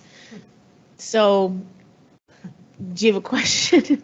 Well, I just wanted the stabilization. So this is similar to, like, this is a 1 year stabilization, right? This isn't ongoing. Like, this is similar to ESSER funds. It's like the next budget and then it's like backfill. It's making sure that districts aren't really, penalized moving forward for COVID that happened. And it's assuming that enrollment's going to bump back up, and then they would continue to fund based on enrollment. It's kind of a stopgap measure. Okay. So that's enrollment stabilization, and Vic might want to, I don't know if Vic's going to touch on that too much, but we're just sort of following those to determine how much money we think we're going to get. On the student support staffing, that's another category, and this not only ties to funding, but it also ties to the board's second priority around providing supports for students. And so the budgets will fund allocations for nurses, social workers, school psychs, and counselors in both the Senate and the House. And in one of them, it will fund, well, let me say it this way. Additionally, it funds the enhancement for guidance counselors for high poverty schools in the school year 22-23, but one of the budgets eliminates that. So both the House and Senate budgets would significantly increase the allocations for these staff members. The House by 108 million nearly, and the House would also keep that enhancement for counselors for high poverty schools. On the Senate side, they would increase the appropriations by almost 174 million, but they wouldn't fund that guidance counselor enhancement for high poverty schools. So, and then there's, each of them take a different approach in terms of when this allocation would be provided. So that's, I think, best shown on this, this slide, side by side. On the Senate side and on the House side, it shows they both provide the enhanced staffing allocations for physical, social, and emotional support staff. On the Senate side, they fund it quicker in fiscal year 2023, which would mean schools would be able to, in districts would be able to, more immediately meet the needs. On the House side, they phase it in over 3 years. Some districts in the state are supporting the House's phase-in approach because they're concerned about being able to actually fill these positions if it's ramped up too quickly. Regardless of the preferred approach, it's really critical that they make these staffing enhancements as part of the prototypical school funding model, because right now the allocations are just very not realistic at all. The third part that has to do with funding that we're following closely is connected to salary inflation. So I know there's a lot here, but I'll just try to explain it a little bit, and I know it's included in Vic's presentation a little bit as well. So back when the state was responding to McCleary and fully funding education, staff salaries was a big part of that as well. And there's a law that passed there that beginning in the 18-19 school year, salaries for school staff would be adjusted for inflation annually, and that's in an RCW. Inflation is defined as the implicit price deflator for that fiscal year. So you hear us talk about, and you hear Vic talk about the IPD. That's the implicit price deflator and how inflation is defined. So the RCW also says that every 4 years, beginning with the 2023 leg session, the legislature must review and rebase school salaries, revise the minimum allocation, regionalization factors, and inflationary measure if necessary to ensure that the basic education allocations that are provided to districts for us to pay our staff continue to provide market rate salaries. So all this is part of McCleary, all of it's part of in the RCW now. What gets interesting is in the enacted 21-23 biennial budget, it provided for an inflationary increase. The IPD was 2% for school year 21-22 and 1.6 IPD for school year 22-23. So that's what we've been planning for. And that was consistent with the inflation that was estimated back in March 2021 by the Economic and Revenue Forecast Council. Right? Okay. However, now, bringing us to current February 2022, the forecast of inflation increased to 5.1% for fiscal year 2022 and 2.8% for fiscal year 2023. Okay, but at this point, the legislature can't go back and change salaries for 21 to 22 for last year to reflect the higher than expected inflation. But in the statute, it says the legislature must increase the inflation factor to school year 22-23 to 2.8. So that would give the legislature the opportunity to do that rebasing next year to recognize the difference in inflation and build it into future salaries. But instead of waiting for that rebasing exercise to occur, the budgets that were passed by the House and the Senate, or that, whatever is passed, but both of the proposed budgets would increase the inflationary adjustment for next year, 2023, to 5.5%. So it was supposed to be 1.6, and now they're saying 5.5 in the Senate. I think I have that right. It's 5.5 in the House and 4.7 in the Senate. I'll show it in a minute. And this increase would be included in the appropriations, and so they don't want to wait for this rebasing exercise. I hope this is kind of making sense. Okay, I hope I'm explaining it okay. So what now that means, and I'm going to actually show that here, and then I'll go back to pupil transportation, because so you can see side by side the House and Senate, they're both providing that enrollment stabilization, different levels, different methodologies, the additional staffing allocation for health and safety, so forth, pupil transportation, which I'll go back to in a minute, some other things like lab hold harmless, transitional kindergarten, which we implemented this year for the first time, funding to help schools who are changing mascots or updating imagery as we are. Additional sub-days is included in the House budget. CEP expansion that you've heard mentioned a couple of times tonight is included in the House budget. And then those inflationary factors being updated for that year, right? Going to 4.7 in the Senate or 5.5 in the House. So now we have to be planning for that. And as Vic will highlight, even though it increases appropriations for those staff salaries, there's also costs that the district has to cover when those salary increases happen. So back real quick to pupil transportation. I won't spend too much time on here, but there's similar bills in the House and the Senate. I already showed the dollar amount on the chart. We're being really assured that whether it's either one, that OSPI is going to ensure that the rulemaking addresses districts' concerns. Both bills do require districts or require the state, OSPI, to reimburse schools for 100% of the costs, which is great, associated with transporting special passengers, specifically students in foster care, students that are homeless, or students that are receiving special education. So it would provide some enhancement there, which is shown on the chart. So I know that's a lot, and when it gets into the real weeds of fiscal impact and how it impacts our district, Vic is our expert on that. But if you have any questions as Vic's making his way up here on what I covered, I'm happy to answer those. Any questions? Yes, sir.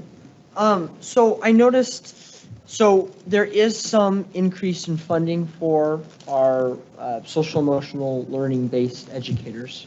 Yes. Right. And right now we make up a lot of that with the levy. Correct. Saying the levy passes, are we going to keep, I don't know the number, but let's just say 10 or 15% of the levy budget is allocated towards counselors. Are we going to keep that, say 10%, I'm just making that number up, and add to it what we are getting from the state? So we're going to consistently take the amount that we're currently spending and add all of what we're getting from the state? Or are we going to try to move some of the funds that we have in the levy to other places and rely more on the state fund? Yeah, that's a great question, and one that we have to look into. So I'll just maybe give a quick example. If right now, and these are estimates, but let's say we get, it's about staffing, we get allocated funding for about 4 nurses for the district. We have about 20, I might not have that exactly right. So we're filling that gap right now with levy funds. If they were to increase the prototypical model and say give us funding for 10, we'd still have a gap. So we'd have to use fewer levy dollars. If they were to fund all 20, if they were to fund 30, would we add 30? And that's where we have to look at what is the need. The prototypical model is an allocation model, so there's intended to be flexibility in it, and that if they give you funding for this particular category, you can use it for that or not. Here's a great example. We get funded in the prototypical model for, and these are approximates, but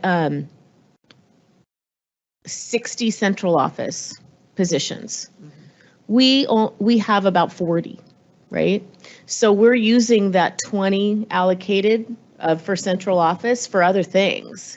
So it doesn't say you have to use it. There's some caveats in some areas where you have to use it. They put a restriction on it. For the most part, it gives districts flexibility to determine where's the greatest need. So it just depends. And I know that's kind of a long-winded answer to your question, but it depends on what the need is and weighing what the needs are and where do we feel like those resources are best spent. Okay, awesome, thank you. Yes, ma'am.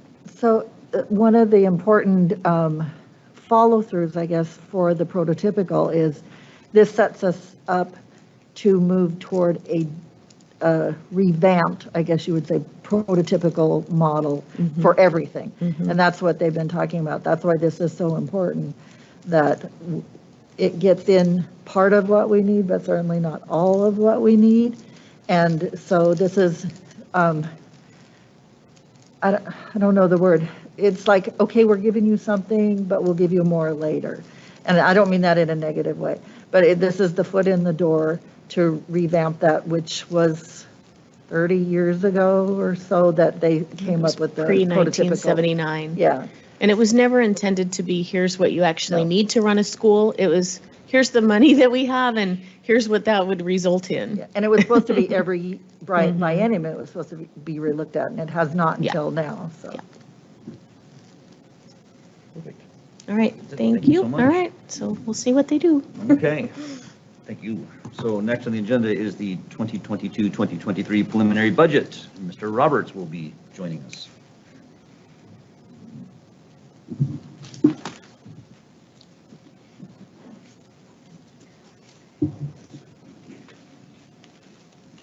So actually, there's not a lot of details on the general fund budget yet, as Tracy, Dr. Pierce indicated.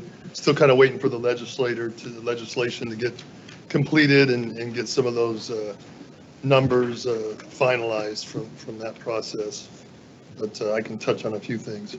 But anyway, the funds that we have to get through over the next couple of months are listed there with some of the timelines for when we'll be discussing those funds. We'll hit the debt service and the transportation fund today, with some other information, general information on timelines and levy and some things. So the session ends March 10th. That was just talked about with the 5% rebase. I had, estimate of 5%. Dr. Pierce, it's 4.7 to 5 something else there. In the end, it's just a lot of money. So, if we, for example, say we have $40 million we're paying that the state doesn't pay for staff. You take 5% times 40 million, that's $2 million, plus the employer paid benefits, 25%, so that's another 500,000. That's 2.5 million we got to come up with. Our levy increase is barely even that. So that's the problem. Plus we have other things we pay for going through the salary schedule, for getting a master's and all that stuff. So if you get a master's and you get an extra $10,000, the state doesn't pay the $10,000. Well, they're not paying the 5% on that either. That's more cost. So there's just a lot to that, and we'll just wait another 2 weeks before we get depressed. Okay. So and then March 1st, the enrollment, we'll get those counts updated March 11th, and maybe there'll be a little more there that can be put in the budget. Probably not a lot, but we have been seeing some increase the last couple months. And we have talked about, based on enrollment and class sizes, we're looking at some reductions and going through that process. Talk a little more about levy and levy equalization funding as we continue to try to get the levy passed. So a lot of people try to compare the rates and the amounts you get from the levy. And you really can't do that well unless you know the assessed values of other districts, the student enrollment, the staff cost factors. We've just talked about staff costs for our district. So a district with more experienced staff, more years of service, has to pay a lot more money to fund those staff. Back when McCleary, happened, I know us compared to Pasco, we had a lot more experienced staff, so it cost us millions of dollars more to pay for that. Whereas if you had less experienced staff, you came out better, because the state gave you basically the same money as a district with experienced staff, and you didn't have to use that money to pay as much staff costs. So that's one of the things that we have had experienced staff, and we continue to have more experienced staff than we had thought. We thought we'd have more retirements the last 3 or 4 years, and that really hasn't happened as quickly as we thought. And then you need the levy to support those costs here. Projections indicate, we're well short of the revenue needed to close the budget deficit. So back to Zachary had a question on social emotional learning. So a good example of that would be, right now, say we have 50 counselors and nurses and psychologists, and it costs us $10 million. And right now the state funds us for 30 of those, and they give us $5 million. Well, that's short $5 million. So now they're doing a new model and they're saying, well, we'll give you 50 and we'll give you $7 million. Well, it's still short. And we would use that money to fill up that gap until it gets to the point where, okay, now there's phase 3 and we can do some things. So we'll look at that. I mean, it's just going to take a little bit of looking at there. But that's the dilemma. And then, you know, enrollment, like I said, the only source of increased revenue really is from the levy. You know, enrollment, if that goes up, we get more money. And in the past, when we've had more enrollment, we've been in a situation where, you know, we need to add teachers. But right now, that's we're a little bit behind. We have more teachers, you know, than we need for the current enrollment. And then, you know, you get a lot of people that, you know, maybe the district doesn't do a good job managing the cost. We are regularly at the low end of cost per pupil for districts with 10,000 students. Here's, they don't have 2020-21 data available yet, but here's 18-19, 19-20. Here's basic ed, fiscal year 18-19. Kennewick basic ed, $7,275 per pupil. You can go through here and see the averages, except for Yakima, $6,500. And they recently, they passed the levy effective for 21, 22, 23, 24. Their current levy rate right now is $2.30. So they will be picking up there a little bit. You can come over here, district-wide support, same thing here, well low. Here's 19-20 again. You can go through those various categories, and you know, a lot of people would say, well, the Kennewick School District, they're doing more with less. But on their hand, there's a lot of people saying you're doing less with less. So it's just a matter of how you look at it. But we are fairly efficient with the money.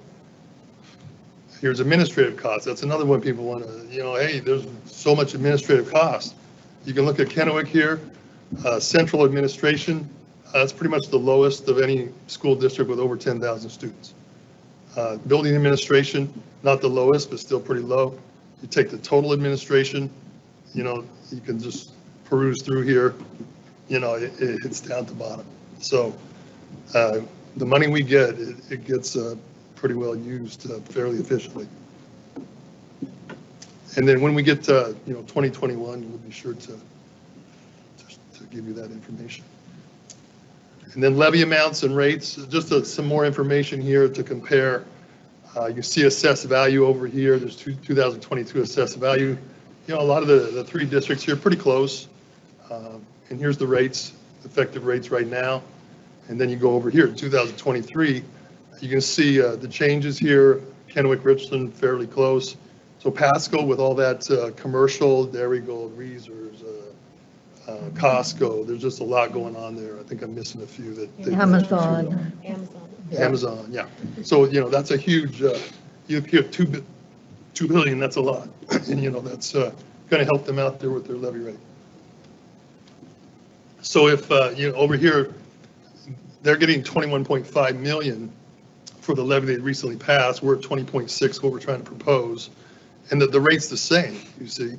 But if we were out there with their assessed value, our rate would be $1.68 for 20.6 million. So, you know, there's just a lot going on there when you can't take the numbers really at face value. Down here's a comparison of levy plus levy equalization. So you look here at 21-22. So if you just look at these numbers here in this column right here, you know, people might say, well, they get plenty of money, getting more in Richland, 32.2 million, down here 33.6. But if you look at per pupil, we are almost $1,000 below Richland. And you take that times the pupil number, the difference, that's several $1 million. So that's a lot. So that's what you get there when you get some districts amping up to 250. You get a big disparity there. And, you know, it impacts what you can do, you know, for students and teachers and whoever. So we know we got to eventually, you know, keep working at some things. But right now, we're just trying to get the 2-year levy and get through this, and then we'll take some more looks at it. Down here, you can see, here's the levy rate, 22 to 23, the estimates in some of those districts there. So, you know, we're doing the best we can with what we can get. We realize, you know, to go out there and just raise the levy rate, that didn't work so well, even if we tried to do it over 4 years. So, kind of regrouping and trying to take a look at what we can do over the next 4 years, taking a little different approach. Any questions on that before we go over to transportation fund and debt service fund? I think we're good. Please continue. All right, so moving into transportation vehicle fund. So this fund is just mainly to purchase school buses. You could buy related equipment for the buses, but mostly we use it to buy buses. The revenue source is from depreciation. Your buses are depreciated over 13 years, and the state has a formula that you get an allocation. Our fleet currently is 142, and the proposal is to purchase 7 buses for delivery summer 2023. And Director April Heiser is scheduled to be here the next board meeting to talk more about that proposal and purchase. So the transportation vehicle fund, you can see the adopted budget this year, and then the projected, and here's the preliminary. So adopted budget, we had 800,000 for the depreciation reimbursement. We're going to get 929,000. At the time the budget's done, we don't know all the factors that they change in that formula for inflation, but good news is we're going to get more than what we expected. And then we had 7 buses that we had budgeted for 2022 delivery this summer. And then looking at the budget for 22, yeah. I hear a lot about air-conditioned buses, and so can you spend just a minute just talking about that? They're more expensive, right? They're 10 grand more, but they only get a temperature down to a Ms. certain Heiser percentage. will bring some quotes next board meeting, and it will have air conditioning. That's, I think, 10 to 15,000 more. Yeah. They say when it's, if it's 100 degrees out, it might get it down maybe to 80 degrees inside a bus. So, not real efficient, but she'll have more information on that. That's next meeting? Next meeting, yeah. Okay. Buses are running about, I think, 140,000 to 45 without air conditioning, and maybe another 10,000 more with air conditioning. So for next year, 22-23, we'll budget 870,000 for the depreciation allocation, and hopefully that'll be more than that. And then about 7 buses is what we could afford, and that'll still leave some money in the fund. And then with the state requires you to do a 4-year kind of budget summary, and you can see we would expect 850 to 900,000 here, 860 of depreciation based on our bus fleet. And then that would allow us still to purchase 5 to 6 buses a year. And of course, those are just projections, so those could change, over the next couple of years. But generally, the budget, preliminary budget for 22-23, when I bring it back in June for approval, it really won't change much from this. The buses, whether they're air conditioning or not, it'd still be around $1.8 million, or it's not going to be enough to change. And if it does change significantly, I would point that out. So she'll be here next meeting, and we'll kind of firm up the bus purchase and ask more questions. So another fund, we have debt service fund. So that is where we accumulate the property tax money for paying down debt. It goes in this fund and pays off our bonds and interest principal. And so you can see debt capacity. Each district is limited to the amount of debt they can take out to voters. So we have our ceiling is 360 million, and we're well below that, or 184 million is what we have right now outstanding. That still leaves 360 million that you could go out and actually run a bond for. And of course, that would never pass because it costs too much money. But the next bond would be 100 to 150 million, and there is capacity to do that. Here's the debt retirement schedule. You can see the principal, various bond issues, refundings that we've done. Total debt service 261 million, and here's the levy amounts that actually go to pay every year that debt service, and the levy rates here for the outstanding debt. So we generally try to keep things pretty stable, so people don't see a big increase or decrease. Run a new bond, and the rates are structured to where hopefully there's not a huge increase. You can see that down here in 25-26 is when the next drop in the rates hits, and that's when we're looking at another bond at some point. And here's the debt service fund. Again, here's the adopted budget and the projected, fairly close to the adopted. Sometimes there's some PILT money. We have used that money to smooth out the rates. So when we did the refunding a couple of years ago, we did budget some PILT money to use to keep the rate fairly stable. We did not use all that money. We didn't have to use this 500,000 this year. But like I said, when a bond is out to pass and we want to, keep the rate, stable, we'll apply some PILT to pay down that rate rather than increasing the levy amount for taxpayers. So the budget for 22-23 local taxes, based on what's needed to pay down that debt for 22-23, that's what we would, we send that to the county. Basically, we want to levy this amount. And then the bonds and interest that are due, pay that. And we have to leave a certain amount in this fund. Around December is when this fund gets down to about $1 million to $2 million. This is the ending balance at August 31st. And then the next 3 years out, projections there. And there shouldn't be any change really in this when we come back in June to adopt the budget. Any questions on that? Yeah. So you didn't ask questions on the transportation. So tell me if this is yours or should I wait for April? How does the fuel allocation thing work with the rising rates? And then is there any way to extend, and I know we do this already, extend the life and usage of the buses? Is there any additional way that we can do that? April could talk about the life of the buses. We have buses that, 20 years. I know. Yeah, they give us 13 on the depreciation, but she can speak more to how long they really do run. And the fuel allocation? The fuel allocation, yeah, it's not good. So we don't get a specific fuel allocation. We get a transportation formula for the operating of the buses. And, they will put an inflation factor in there for the fuel. We won't know that until probably about a year from now. So we budget the transportation money and the cost. They run their formula based on mileage, student enrollment or student ridership, and then they factor in some inflation factors. That is based on the fall, winter, spring. Actually, I think it's based on spring, fall, winter, and then, spring of now, fall, winter, and then we'll get our allocation in March a year from now. Basically, they'll finalize it. But so whether they'll, transportation is not fully funded right now anyway. And so if it's not fully funded now, and, we figure our gas or diesel, we budget about 885,000, I think, a year. And that's been held constant for probably the last 10 years.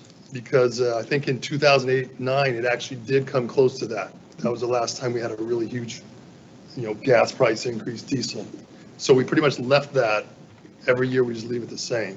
And a lot of times it comes in under maybe 600,000, 500,000, but, knowing what happens. So this year we're actually going to come close to hitting up against that. Maybe not quite, but then next year, I don't think that would be enough money. And that's what we talk about when we talk about the general fund budget. That's a little line that we kind of go over. So we'll come back with that. Okay, thank you. Any other questions on transportation or debt service? I think we're good.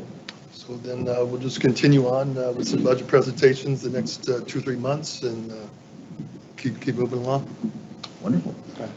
Thank you so much. Thank you, Vic. I know you worry about this a lot, so I appreciate your hard work. Okay, thanks. It is a lot of work. Wonderful. Thank you, sir. Okay, next on our agenda is the family parent involvement and engagement efforts. Dr. Pierce, Mr. Anderson, and Mr. Phillips will be presenting.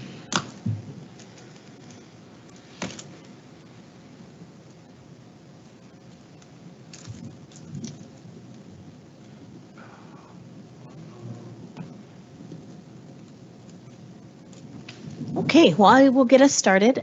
This was an agenda item that the board requested, and so I wanted to start with our goal. We do value family involvement, parent engagement. It's one of our strategic goals that all families are key partners.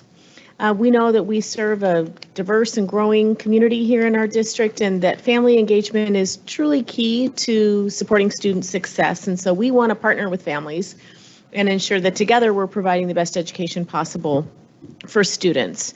Our goal is all families are key partners, and for us that means that they're respected and appreciated for their diverse strengths and backgrounds. They're welcomed and invited to provide ideas, input, and feedback, and that they're truly engaged in helping their students be successful. So every year we have objectives that are part of our strategic plan that focus on what are our efforts that year focused on family engagement. There's all kinds of ongoing efforts, but those annual objectives highlight some of the new things that we are doing. And then we've got specific performance indicators and targets that we track toward this goal of family engagement. So what you're going to hear tonight, some board members have seen some of this data once, because last year, as part of getting some baseline data for how are we doing when it comes to family engagement, we did our first annual family survey last spring, and we presented those results to the board at the time in September. So not all the board members seen it, so this will be a little bit of a review for some board members and new for other board members. And then I will share what our plan and timeline is for the 2022 survey, because that'll be coming up here. Then we're going to focus on what are the schools doing, school level engagement efforts. What are our expectations for all schools? And then Mr. Anderson and Mr. Phillips conducted a kind of an inventory, which you have the full information in your board packet, by school, or what are schools doing currently right now around family engagement. We'll also share some volunteer data, district-wide, what are our volunteer numbers, and then I'll share from a district level, what are some of the things we're doing to enhance community family engagement, and what are we doing to support our schools. And then I'll just loop back to those targets that were shared with the community as part of the annual report that was mailed out in late February. So the annual family survey, this again just started last year, and this is just a snip from the survey that went out. We did an initial survey in spring of 2021. The survey was open from April 30th to May 14th. The survey, we designed the questions to align with our strategic plan, and it was designed to help us assess areas of strength and areas for improvement, so we could figure out what strategies do we need to employ to keep doing the things we're doing well, and what additional things can we do to help improve areas that need improvement. The survey was provided in English, Spanish, and Arabic, and we had 771 responses, which is not great. So we already planning for what are we going to do this year, and I'll get to that in a little bit. But you can see what that survey said in terms of what the purpose was, et cetera, and then I'll show you what the results were. And I'm going to talk about this too when we plan for next year, but we did a Likert scale. We provided a series of statements, and we asked families to indicate their level of agreement on a scale of 1 to 5, 1 being strongly disagree, 5 being strongly agree, and we didn't really define what are the other, what is it, 2, 3, 4 in that, but a 2 is low, a 4 is on the higher end, but 3 is sort of ambiguous, and so that's what we're going to clean up for this next year. But you can see these were the results. These are percentages, like what percent responded with a 5, 4, 3, 2, and 1. I won't read you all of these statements. There's a series of slides here. I'll just highlight a couple, on each slide. So for example, this statement here, the first one was school staff build positive relationships with families. 39% of the respondents strongly agreed, 26%, I think we could say agreed with a 4, 21% had a 3, but that's open for interpretation. What does that mean? 9% 2, which is on the low side, and 5% low strongly disagree. So that's how you read the results. We asked, for example, I'm invited to participate in events about student learning. You can see what the other statements were. Other questions were school staff members regularly communicate with me. I'm just picking some here. School staff consult with me before making important decisions about my child's education. Some other examples, staff keep me well informed about how my child's doing in school. I'm provided useful information about how to support my child's learning. We asked a series of questions too about, like, I have a good understanding of the academic content and skills my child is learning. My child's learning the social life employment skills, such as critical thinking, effective communication, and conflict resolution. This was our initial attempt to get a little information to help inform the development of the learner profile, which the board has seen in draft and provided input on that. Then, I have opportunities to learn about and provide input on district and school programs was a question.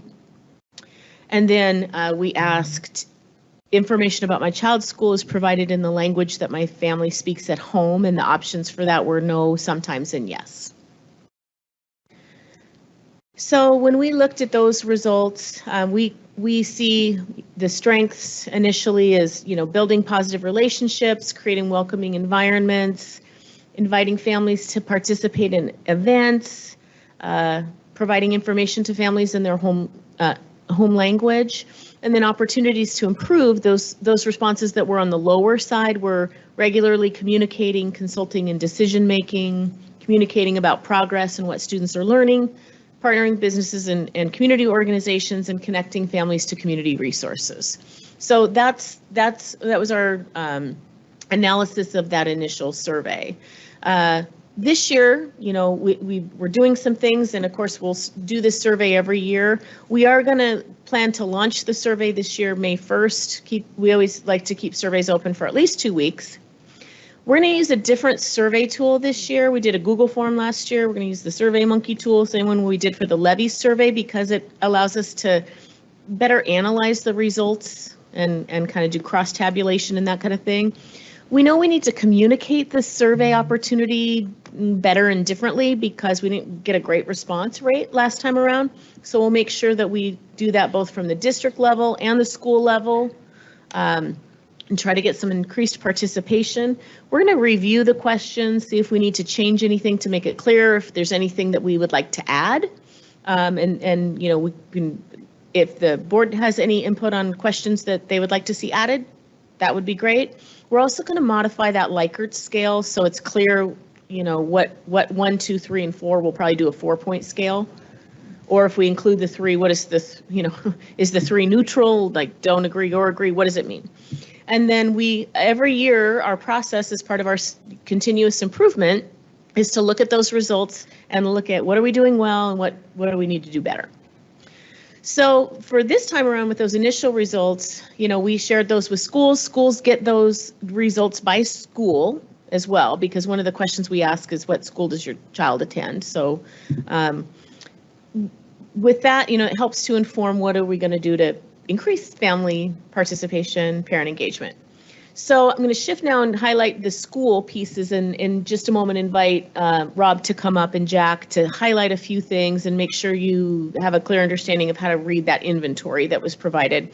But I just wanted to highlight that this is an expectation for schools, family engagement. We've got a set of, and we being the state of Washington and districts in Washington, have a set of principal standards. And those are the things to which principals are held accountable to. And there is an expectation in that principal leadership framework for principals to ensure that there's family and community engagement in their schools. And of course, they work collaboratively with their staffs and parent partners to ensure that that's happening. But the specifics of that standard are expectations around engaging families, sharing the school mission and vision, protecting family privacy, including families in decisions, seeking involvement of all families, using culturally appropriate communication, i.e. ensuring that we're communicating in a language that the family can understand, creating effective communication systems, partnering with the community, and capitalizing on community resources. So with that, I'm going to have Rob come up and highlight some of the elementary school pieces, and then Jack will come up and highlight some of the middle and high school, and they can answer any questions you have about school level efforts.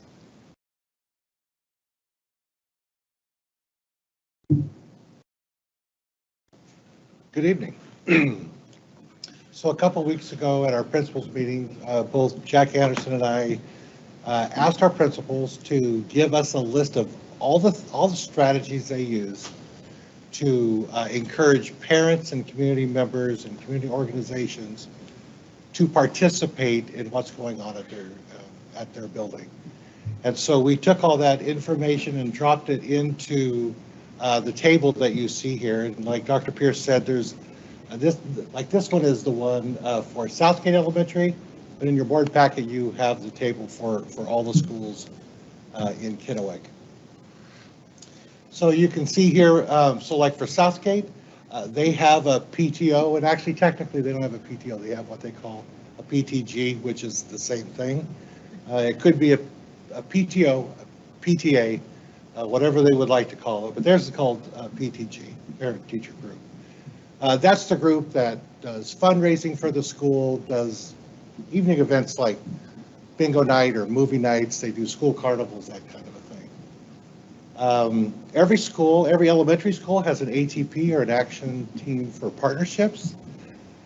It's similar in nature to a PTO, but it's more on the academic side, social emotional learning side, as opposed to a PTO is more like activities, fun activities for families.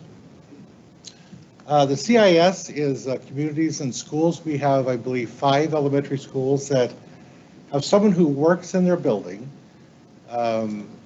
who help families, who help parents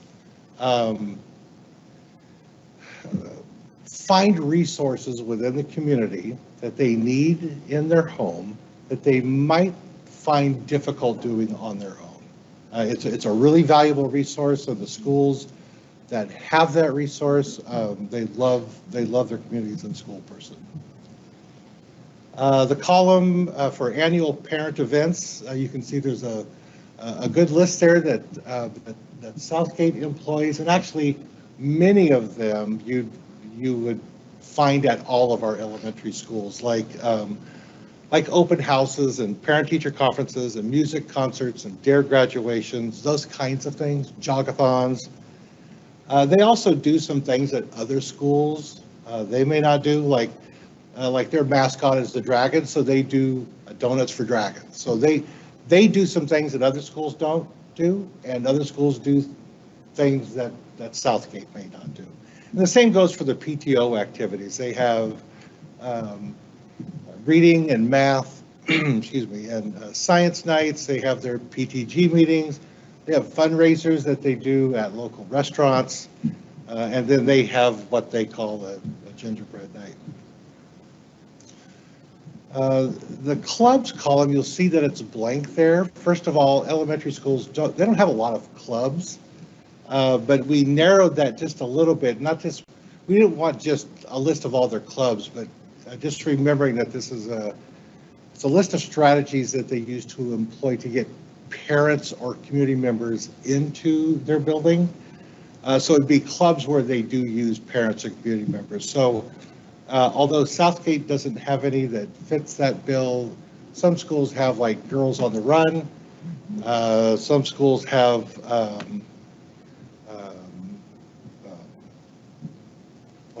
like math club, chess club, things like that. The community group partnerships, you can see that Southgate has a connection with South Hills Church, which is very close to their campus. Through the Reading Foundation, they have Team Read. Other schools have a connection with, say, Kiwanis or Rotary, different groups like that.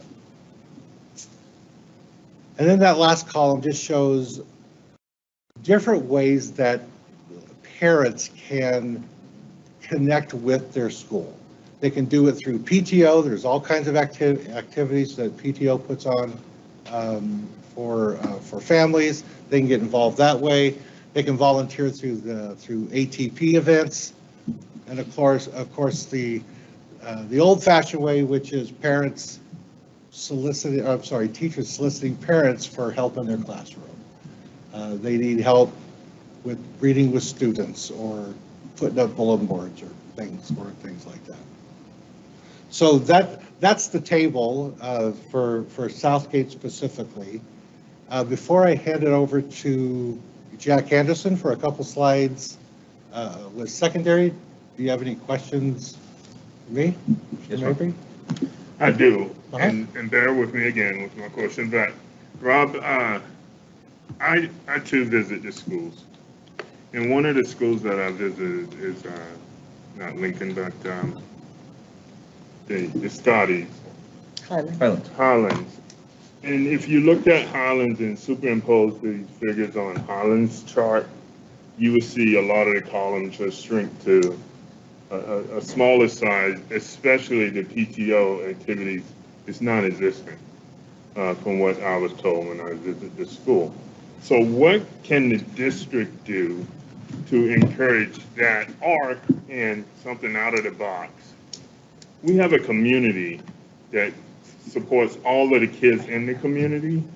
How can we get, let's say if you have poor participation from a community, how can we envelop the whole community to say, hey, we have a bunch of kids going to this school that needs some parental help or community involvement? Like you said, the South Hills Church. If South Hills Church was approached and said, we have an issue at a school that's not right around the corner from you, would they be willing to help? And do we have that kind of outreach for community involvement? Not just to a particular school, but for the student body in general. So we don't have that outreach as far as like, say, from the district office. Mm-hmm. We could do that. I mean, it'd be easy to contact, I mean, there's literally hundreds of churches Right. who could be involved. They just may not know that there Right. is a need. And actually, most of the churches that are connected with buildings, really, I think most if not all of those, were prompted by the church or the organization rather than by the school. Dr. Pierce. Yes, sir. So I just want to make sure too that in the board packet, you've got the school by school. Mhm. And so we've got the one, like Highlands does have a PTO and ATP and a CIS person. And I mean, just because you mentioned them specifically. Right. And so, one thing we can do after this conversation tonight is loop back with the principals. Kind of what we're doing right now is analyzing the results that we got from the inventory and kind of doing a comparison. Like Jack will be comparing like the middle schools and sharing that with the middle schools and asking the middle schools, so what, so they're aware of what each other has and where there's maybe some opportunity and crossover and all those kind of things. So Good. I tell you not to pick an argument, because I know I would lose it with you. I would lose. But when my visit to Highlands 2 months ago, their PTO had been dissolved. They had none. And the principal and JoJo that was here, she called me and said, how can we bring this about, or how can we, she brought an example of how Lincoln, no, not Lincoln, stuck on Lincoln, Desert Hills are able to have a fundraiser and come up with so much money, more than they even asked for. And they come up and they don't have a PTO or anyone to even organize it. But if they did, they will fall short most of the time of whatever they're asking for. And they're asking, how can we get the community to help them? But it was that equalization thing that I told you about. They're asking, how can they get equalization from the community so that they can do the same thing for their kids that Desert Hills able to do for their kids. So I think that's part of this exercise, right, is to see what people are doing, what other schools are doing, what programs they have in place. Are they working? I look in slide 104 and I can say, I think we're going to get there. Maybe Jack's going to get there. But really it's about, like, I see number of volunteers. And then so I can see the schools, the number of volunteers. I assume that's for the year. I don't really know what that's, what the. And I will address that just, when we get to that. I'll hold off until we get there. Okay. So real quick, one, just have we thought of, from a district level, trying to recruit community members to take on some of these schools? Not just, you live in this area, so you have the school, but hey, community, we need 6, 8, 10 of you that are willing to take on one of these schools and really own this program and really try to build it and help. I think might be something we can do. 2, I think there's a lot of opportunity in the community that we can go out and pull from, because One, and I don't know if they still do it, but when I was at Kohl's, we used to go volunteer 5 people to events, and then we'd pay the school $500. And I think in 1 year we ended up paying Sunset View like $3,500 in volunteer events. Macy's does it. I mean, there's other community partners that do these things where they'll send volunteers to help, plus donate some money and stuff too. So if we have the ability to find those programs, we can pass that along to the different PTOs to help raise some of that money. I think, perfect. That's exactly what I'm saying. And we just had a presentation tonight about the retired educators with $300 grants and school supplies. They probably do, but if we had that person that you're talking about, we're talking about because we're talking about the same thing. If we had that person in place, that person could have that happen to each of the schools, not just the privileged school. I'm not calling it school, a school that has the privilege of having someone in place to take care of this program. We have that one person or those folks that would do an equalization for all the schools. Yeah, and I think too, we see it at the high school level with like ASB funds, for example, where, we have schools that during finals are able to hand out like donuts and things like that. That just, at Kennewick is not financially in the picture because, it's based off of what percentage of your students are buying ASB cards. And that with the House bill that passed a few years ago, 80% of or 70% of our students aren't paying for them and we can't charge them for it. So you see it too at the high school level of just, again, we're not able to provide as many resources as some of the other high schools. And not to beat it to death, but I think that there could be some litigation problems. Let's say if we are supplying cheaper, lesser sports equipment to one school because they can't afford the most expensive stuff, and a kid is injured and it's tied back to that used, poorly equipped equipment that we're giving this kid because he lives in this area and can't afford it, we may be liable as a district because we didn't get the best protection for all kids, regardless of their zip code. I hope I didn't go out of bounds with that, but it's just an eye opener to me. Yeah. So, yeah, I think what we're doing tonight is just trying to get a sense of where are we, and then where are those gaps, where are those opportunities, what can we do to make it even better? And Jack, when you come up and highlight, it's the same information and you guys have it, but we just want to make sure you kind of had a sense of just how to digest all of this data that we gave you on these charts. But you might want to, instead of sort of just speaking to how to read the chart, since Rob did a good job of doing that and they can see what the examples we gave, maybe just speak a little bit, Jack, if you can. I don't want to put you on the spot, but about like the athletic equipment kind of thing and how, like right now, what does the district fund, for all schools? What do they have to come up with, that kind of thing? Because that's one piece of the data that we didn't really focus on tonight. So if we can share any of that off the top of your head, or we can follow up if you're, And I just want to qualify, I'm not criticizing anyone. Okay. Oh, no. I don't want you mad at I mean, me. that's why we're here. We're here to answer your questions. I interpret it as that he really doesn't like you. I know where he lives. Well, thank you. We set this poll out. We wanted to get information, and I'll get back to the ASB.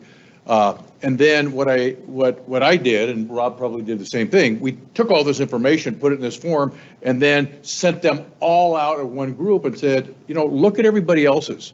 See if there's some things you've missed. And there was a lot of stuff they missed. Rob touched on CIS and what CIS does and our relationships. When you go through this, especially you look at some of our high poverty schools like Park and Highlands, they've got relationships with Great Harvest, local churches. They've got 21st Century. They've got Gear Up. They've got Kiwanis, Rotary, Hills Springs Church, Bethel Church, Mere Ministries. So there is a lot of that community outreach, and that a lot of that is things that the principals have done, reached out, because some of our high poverty schools have a really, really tough time getting parents to come into the buildings. I know when I was the principal at Kennewick High School, I wanted to make sure that I brought in my Hispanic parents. So when we had meetings, it was in their language. Now, I stood up there and I went over the presentation with the interpreter, but it was in their language. We fed them. We wanted to make sure that they felt welcome coming into our building. And it is really difficult to bring parents in, and I'll tell you why. They're working. There's daycare issues. So what did we do? We provided daycare to try to bring parents in. We're talking about 8th grade registration, 9th grade parent night, graduation nights and so on. So with that, talk about ASB. Every school has a budget, ASB budget. Vic makes sure that he supplements those budgets so that Kennewick High School, who doesn't bring in a lot of revenue, or Park or Highlands compared to some of our more affluent schools and communities, get the equal amount of money that they need to buy the basic supplies. Now, Kamaikan's ASB budget is larger than Kennewick's because it just generates more money. More kids turn out for sports. They get a bigger ticket or gate receipts. So they also, we're finding that as sports start to do well, Kennewick High, state basketball, state football, they're doing really, really well. The ASB revenue is really low. Vic supplements that. We also know too that as kids do better in sports, they get further along and it costs more money. Travel, tournaments, referees, the hotels, motels. I just got back following my grandson to state here a couple of weeks ago, and the amount of money that schools have to put out to house, feed, and put these athletes up is just a large amount of money. But to answer your question there is a base. The helmets at Kennewick High are reconditioned. They're bought every 3 years. New helmets come in. Those helmets, if the schools don't have money to buy their helmets or recondition them, Vic supplements their ASB. So no school is reduced to using subpar equipment, if that makes sense. Okay, yeah. So reconditioned for Kennewick High, how about Southridge and Kamaikan? Do they get new ones or reconditioned ones? Well, when they need new helmets, they get new helmets. So when helmets need to be reconditioned every year. So we don't buy used helmets. We get brand new helmets, and then every year they go in and get reconditioned. That is the law in the state of Washington and WIAA. And there's a life of a helmet. And when they get reconditioned, the people who do that, and we spend $70, $80 a helmet every year to have them reconditioned. And if they're not in a condition that they could recertify them to be put on a child's head, then those are scrapped and they don't come back. And then what happens, we buy new helmets to replace the ones that can't be reconditioned. So are they only replaced when they are not able to be reconditioned, or are there buildings with more money who choose to purchase new on a yearly basis? If they've got more ASB funds, they can purchase more helmets, but those schools are also the ones that have a larger number of kids turn out. Correct. So let's look at Desert Hills. Desert Hills will have 100 kids turn out for football every year. Park will have 30, 40 kids turn out for football. So the number of helmets needed are also less. So when you're saying, do we purchase new helmets? We purchase new helmets if we get the number of kids that we need that need helmets, we'll purchase them for them. Do the parents have an option of buying their kids helmets? Yes, they do. Yes, they do. All parents do. And some parents, more affluent parents, will spend $700, $800 and put their kid in a very expensive helmet. Now, there are rules around that, and our insurance carrier makes sure those helmets still have to be reconditioned. The parents have to pay to get those helmets reconditioned, and the parents have the option of leaving that helmet if they would like to the school after their kid graduates. So they do have that option, but they have to, there's a buying process. We have to buy the helmet for them. They can't show up with a helmet on their head, because we want to make sure that every helmet is a safe helmet, is a certified helmet. So if they want to buy a helmet, our athletic directors take their money and buy it for them. Okay, so Zach, I'm going to let you ask your question, but I'm going to finish up here. We're kind of off in the weeds here. I don't know. Oh, yeah, I'm sorry. No, it's not your fault, but we're walking and trying to get these kids in school, and now we're talking about football helmets. So I want to get us back on track here, so please ask your question. Do you want me to, because I'm kind of still off track. Just let's do one more, and then we'll get back on track here. So, what I've seen, having gone to Desert Hills, participated in sports at Desert Hills, and then gone to Kennewick and participated in sports at Kennewick, is that and some of this I think would be attributable to high school sports being the difference, but there is a much bigger need for extensive fundraising for sports, for a lot of our sports to participate at a competitive level, to have competitive equipment. I don't know if that's a burden that we see on all of our sports teams, but I would be remiss in not saying that I have not seen teams need to either fundraise or have lesser than equipment. So could you speak to, like, is there that extremely high level of fundraising in all of our high school communities? Yes and no. There are teams that want to fundraise because they want to go to tournaments, they want to travel, they want to do some things. So the coach will organize some fundraising activities to help that happen, to make that happen. There are others that don't, and they don't do as much fundraising. We also, in the high schools, which is different than the middle schools, that was part of my presentation today, high schools don't have PTOs or PTAs, they've got booster clubs. And the booster clubs are the ones that pay for some of that additional, whether it's paying coaches, whether it's paying for additional travel, whether it's taking a charter bus to a contest to state, or taking a school bus. So there's different ways to raise money, and there's different reasons to raise it. Music, when I was at Kennewick High, there was a fundraiser with our music department to go to the Rose Parade. So it depends on what the schools want. But for the basic equipment, no, they don't have to fundraise for that. But you'll see kids carrying a $400 bat, where the schools may have $100 bats that they have for everybody to use, which is appropriate, safe equipment for those kids. We still provide that. I think it should be said that a lot of this is on the coaches, because not every coach is created equal. That's right. And some coaches are pushing and striving and working and talking to the boosters and talking to the parents, and they're working their program, and other coaches do not do that. And so a lot of it has to do with that.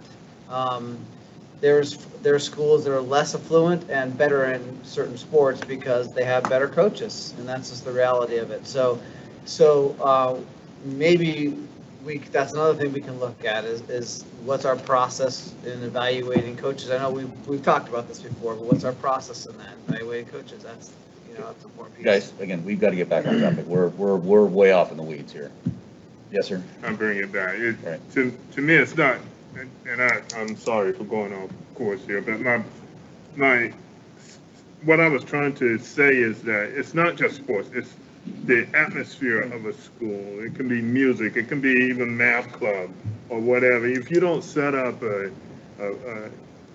program that's the standard for all schools, some schools are going to feel left out, therefore affecting the participation rate because they feel, hey, I can't do it. I can't afford it, and there's no boosters or no PTA to help me get whatever I need to be a participant in these sports, whether it's real or just imagined. I can tell you, Jack, it's real. That mentality is out there. I disagree. You disagree what? It's in the weeds. We can talk about it offline. Yeah. Let's focus on what we're trying to accomplish here. So just very quickly, yes, I was very pleased at what's going on in our buildings. We had a 2-year hiatus of bringing anybody in our buildings, And I think we're starting to get back to that. The community resources, the connections, the buildings are getting into again with the relationships with our local churches and communities and some of the volunteer things that we've offered through our equity team with the district and the community. So anyway, So I do learned a have lot. one more question for either, but it's not out in the weeds. It's for, so when I was asking you guys to put this together, what I was kind of hoping that we were going to talk about, like, how many parents are in schools, and they don't have to be parents, right? They can be grandparents, they can be community members, they can be people from Pasco. It like literally doesn't matter, right? It's just having that community engagement, like, how many programs do they have? How often are parents in schools? Are they? What's the goal? What's the metric for that? Are they in schools once a week, or do our schools even have that goal? Like, I need to have parents in my school once a week or every day. But how successful are these? And that we judge it by the metrics and the numbers, right? So that's what I'm kind of looking for. So I'm hoping that next, as we kind of flesh this out, you guys keep that in mind. That those are the questions I'm going to be asking. And really, I'm going to, is like, what's the number? What's the goal? What's the metric, right? Well, that's, isn't that in, the volunteer numbers are on the. Yeah. So Yeah, I did see that, and that was one of my questions. We said, as I don't know what that, is that per year? Is that per? Yeah, so I'll get to that and then we'll loop back. So, this is going to be an iterative kind of process where we're providing information and then you're going to want more information or, have more questions. And so this is where we are now. It's just kind of collecting what is in place. And you're right, all of it's not quantifiable at this point. But so let me just shift. So this was sort of the inventory. You guys have the full inventory. You can look by school, what data we've collected. I want to touch on kind of from a district level, some data and what we're doing right now. You heard ATP mentioned. So ATP is, as Rob said, it is a team made up of teachers, parents, and community members. Their focus is really on academic engagement and achievement, social emotional learning, strengthening the family partnership. Teams meet monthly, so you can have an ATP and a PTO or A, and they're not at cross purposes. We, from the district level through federal programs, provide support for ATPs in schools. So there's a structure there to ensure that is happening. School teams have access to the student and family support team in federal programs. And it lives there, as you know, part of federal programs with the title funding and federal funding is to help mitigate the effects of poverty. And so, intentionally targeting and focusing on programs to ensure that all students have equitable opportunities in our schools. So they hold meetings with the chairs, they do orientation. It does fulfill the Title I parent engagement requirement. They help with events and so forth. Next year, all schools will have, and I'm looking just to confirm this is true, all schools K-12 will have ATPs. Little bit more of kind of the support that comes from federal programs from the district level is not only that support for school teams for those ATPs, but also through all the migrant and bilingual support. So there's a parent advisory committee that has 50 plus parents at each of those quarterly meetings. Meetings are conducted in multiple languages. We've got migrant graduation specialists, interpreting. We added Arabic in the last year, and we've got parent liaisons who speak multiple languages. You can see there recently adding Pashto, which is the language of Afghan refugees. I want to give a shout out because the federal programs, migrant support team was recently recognized by the Tri-Cities Latino Community Network for, I think it was being the support group of the year, week, month, quarter. Thank you. I knew it was some time frame. But so there is also community connections here and events and partnerships. And so I'm going to just go a little quickly here because I know we're running a little short on time. There's also different kind of curriculum supports from the district level in terms of helping, because one of the questions we asked in the survey is, do you understand the curriculum? Do you know what your students learning? So ensuring that parents have the opportunity to engage with science kits and math nights and things like that. In terms of volunteering in our schools, and here's something, that I was hearing the board say earlier, like ways to try to get not only individuals, but maybe groups or businesses. And maybe there's a way we can think about doing that kind of from an outreach where you could go, like, how could your business volunteer? Or that kind of thing, right? So, but this is what we have right now. Right now, we do really a call out to volunteers through our website. Of course, volunteers have to be screened and background checked and all of those things, because safety is our priority in terms of, you know, people coming into our schools and working with students. There's a list of different things here that people might want to volunteer for. This isn't all inclusive. But here's what our current volunteer data means. This means, like, right now, today, how many people are cleared to be volunteers in our schools, and what schools have they connected with. So that's what the data shows right here. Doesn't show the number of hours. I'll have to loop back and see if that's something that we track or is trackable, or you know, what that would entail to do that. But you can see how many volunteers are connected to each school. Might not answer all the questions yet, but it's, you know, starting to get at some of what I think that you're asking about.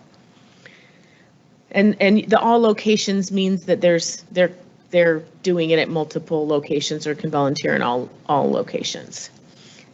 The other kind of volunteer opportunity we have is through different various district committees. Those are listed here on a web page. I'm just going to highlight, like, the most probably recent one was the Community Engagement Board, which is focused on addressing students who are having attendance issues and really getting at what the root of that is and engaging the community and their help there. So, you know, for each of any of these opportunities that come up, often we'll do a call out for volunteers, and we do have volunteers engaging with this Community Engagement Board. So committees is another thing. When it comes to metrics, so right now these are the metrics that we're paying attention to, and it's really based on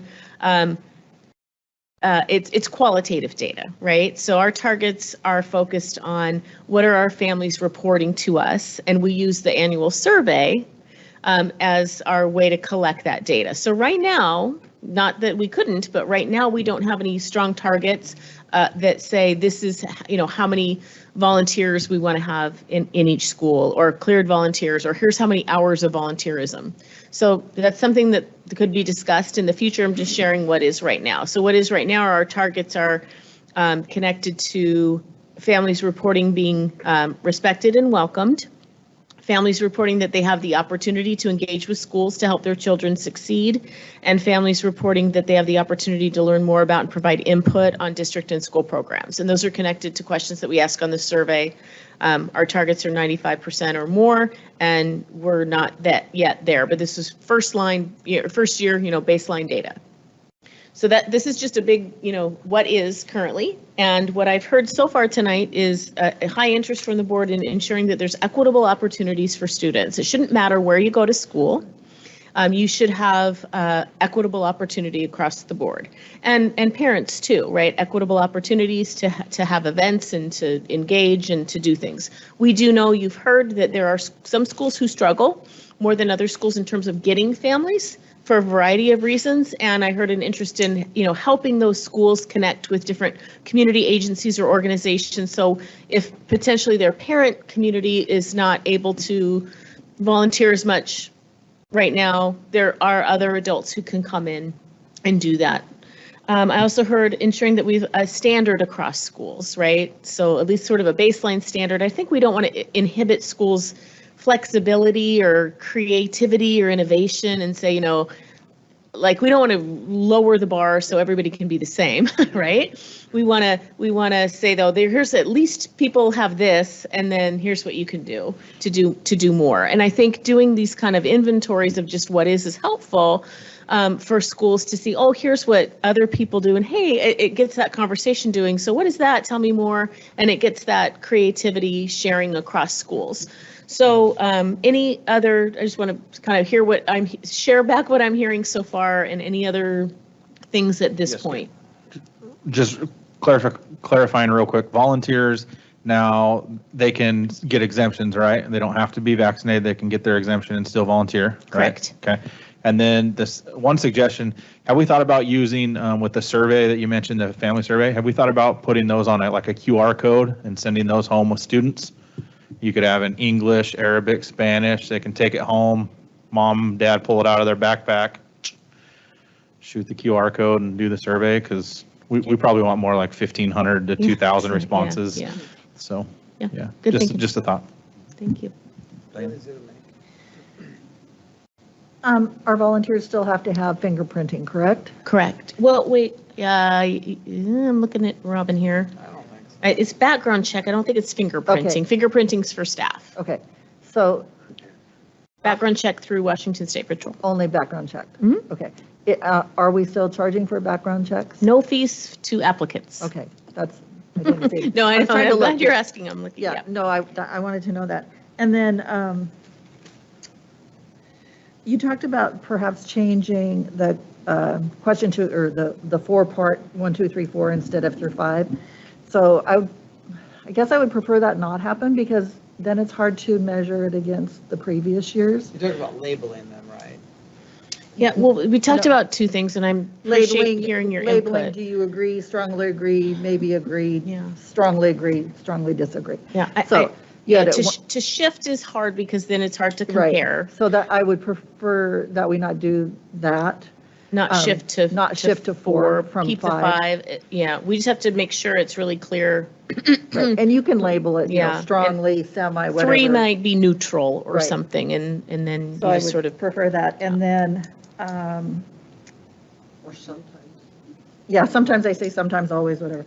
And then out of those 771 returns, did we, I know I asked you this earlier, did we split that between English, Spanish, and Arabic responses? Because I Yeah. didn't see that on there. Yeah, what you see, so we did provide it in English, Spanish, and Arabic. Our return rate was not high enough to really aggregate it out. So this is the combined results because there was just so few in the Spanish and especially Arabic, I remember there were very few.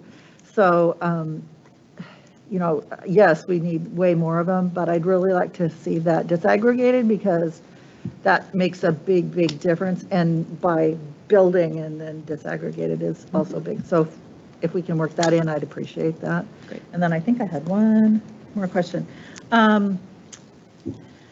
So we have some schools with very high numbers of volunteers, and that's lovely. And then we have some with very low. And it's because people are working 2 and 3 jobs, and it's very hard to volunteer, or you have little ones at home or whatever. So, you know, how much are community members at buildings where we have, 234 at a particular elementary school? How willing would they be as community members to go to one of our buildings that has 8?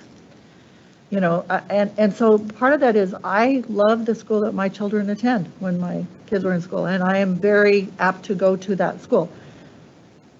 You know, am I willing to go someplace else? Have I been offered that opportunity to go someplace else? I think that if we could encourage that, if you'd like to go someplace else, we'd love to see you there.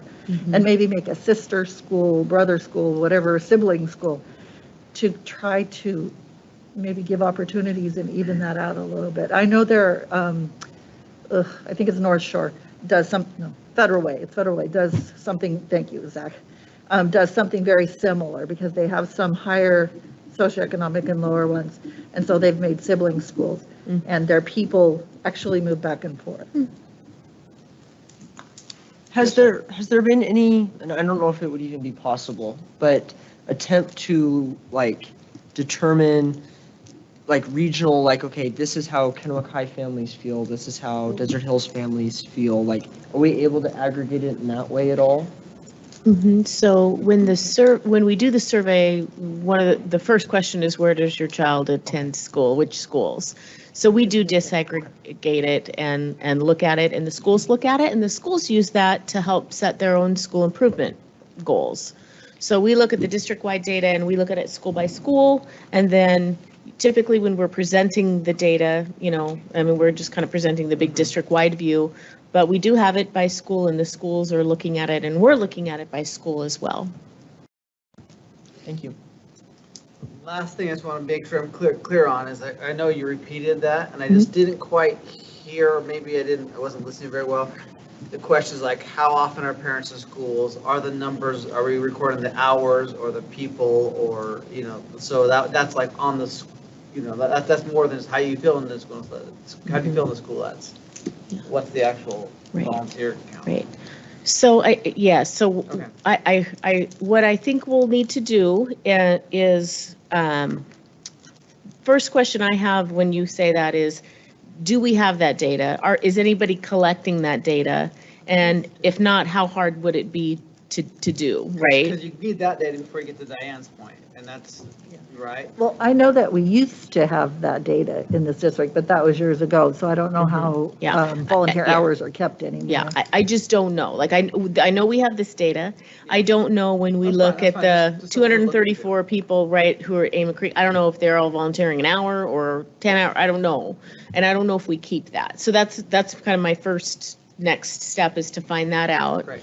And then to go, okay, would that be if we're not collecting it right now, how burdensome, right, would it be? Because, I'm just going to say, some districts have like a district level volunteer coordinator who does this kind of stuff. And you already heard tonight that our district central office staffing is well below. So it's just a matter of priorities and resources and, what we can and can't easily do and what the board wants to make sure that we are doing. And so if there's some of these things or if we want to update some of these targets or add to them for the next, iteration of what we're striving for next year, if there's some of that needs to be, we just need to know and plan for it, if I'm making sense. So I totally heard, and it's just a matter of, I got to go back and see what we have and what it would take to do it. And then, I think the board would need to have a conversation about is some threshold of at least X number of volunteer hours per school or something that you would want to see or not? I can answer yes to that question, but I don't know about everybody else. I think there's an inequity of putting a base number, and I would love to have that ability, but I think that's awfully hard on our families. Well, and I think as we gather more information, so we've got a nice start here. We're gathering information. We'll start hopefully find a way if we're able to look at the volunteer hours per building. We might have it. I just don't know, and so yeah. But I think it's a. Oh, true.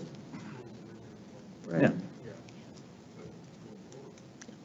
Anyway, I think some schools are keeping that information and have for years, so it might be spotty at least.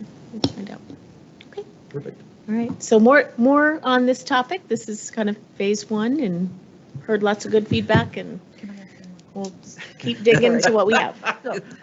So I just want to talk about Boys and Girls Club, and I was looking, but I didn't see them on anything. Do we have? They do. We work together with them. Do we have any way that they're working with us? Because I know our kids go to things, parents go there. Yeah. You got, if you want to make sure, because otherwise people are There's a big presence at Kennewick. Yeah, I knew that, so. Yeah, as I looked through all those lists, I guess it didn't occur to me that Boys and Girls Club was not on there. I guess I'm surprised that no school put that forward. Yeah. But I can find out. Go back and maybe tell them, put that on there, add that on. Because I know Kennewick High does it, and at Park, and there's a couple other schools. Yeah, so because of the proximity. Yeah. So what I'm going to do, not in my next principal's meeting because it's tomorrow, but the next one is to send out all of those tables to all of the principals so they can see, what really did end up on their list and what is on other people's lists, so that we can get hopefully a more complete list for every school. But I'll find out about the Boys and Girls Club.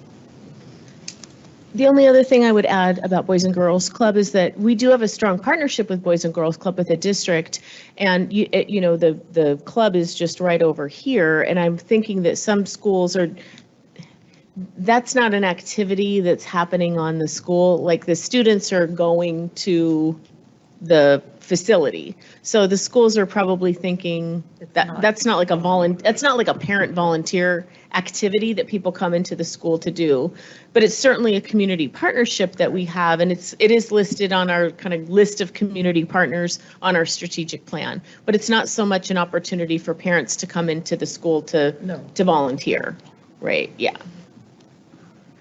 Wonderful. Thank you very much. Jack, Tracy, Rob, thank you very much for that presentation. That's good. It's great. Okay, so next on the agenda, we have no unfinished business, and we have no new business. So, talking about our next meeting agenda, we have nutrition services, 22-23 preliminary budget, asset preservation, adoption of the action plan for school drinking water, and world language adoption. Anything else you guys would like to see, Dr. Pierce? Well, just the bus purchase plan. No, bus purchase. We didn't get that on here, but that will be on the next meeting.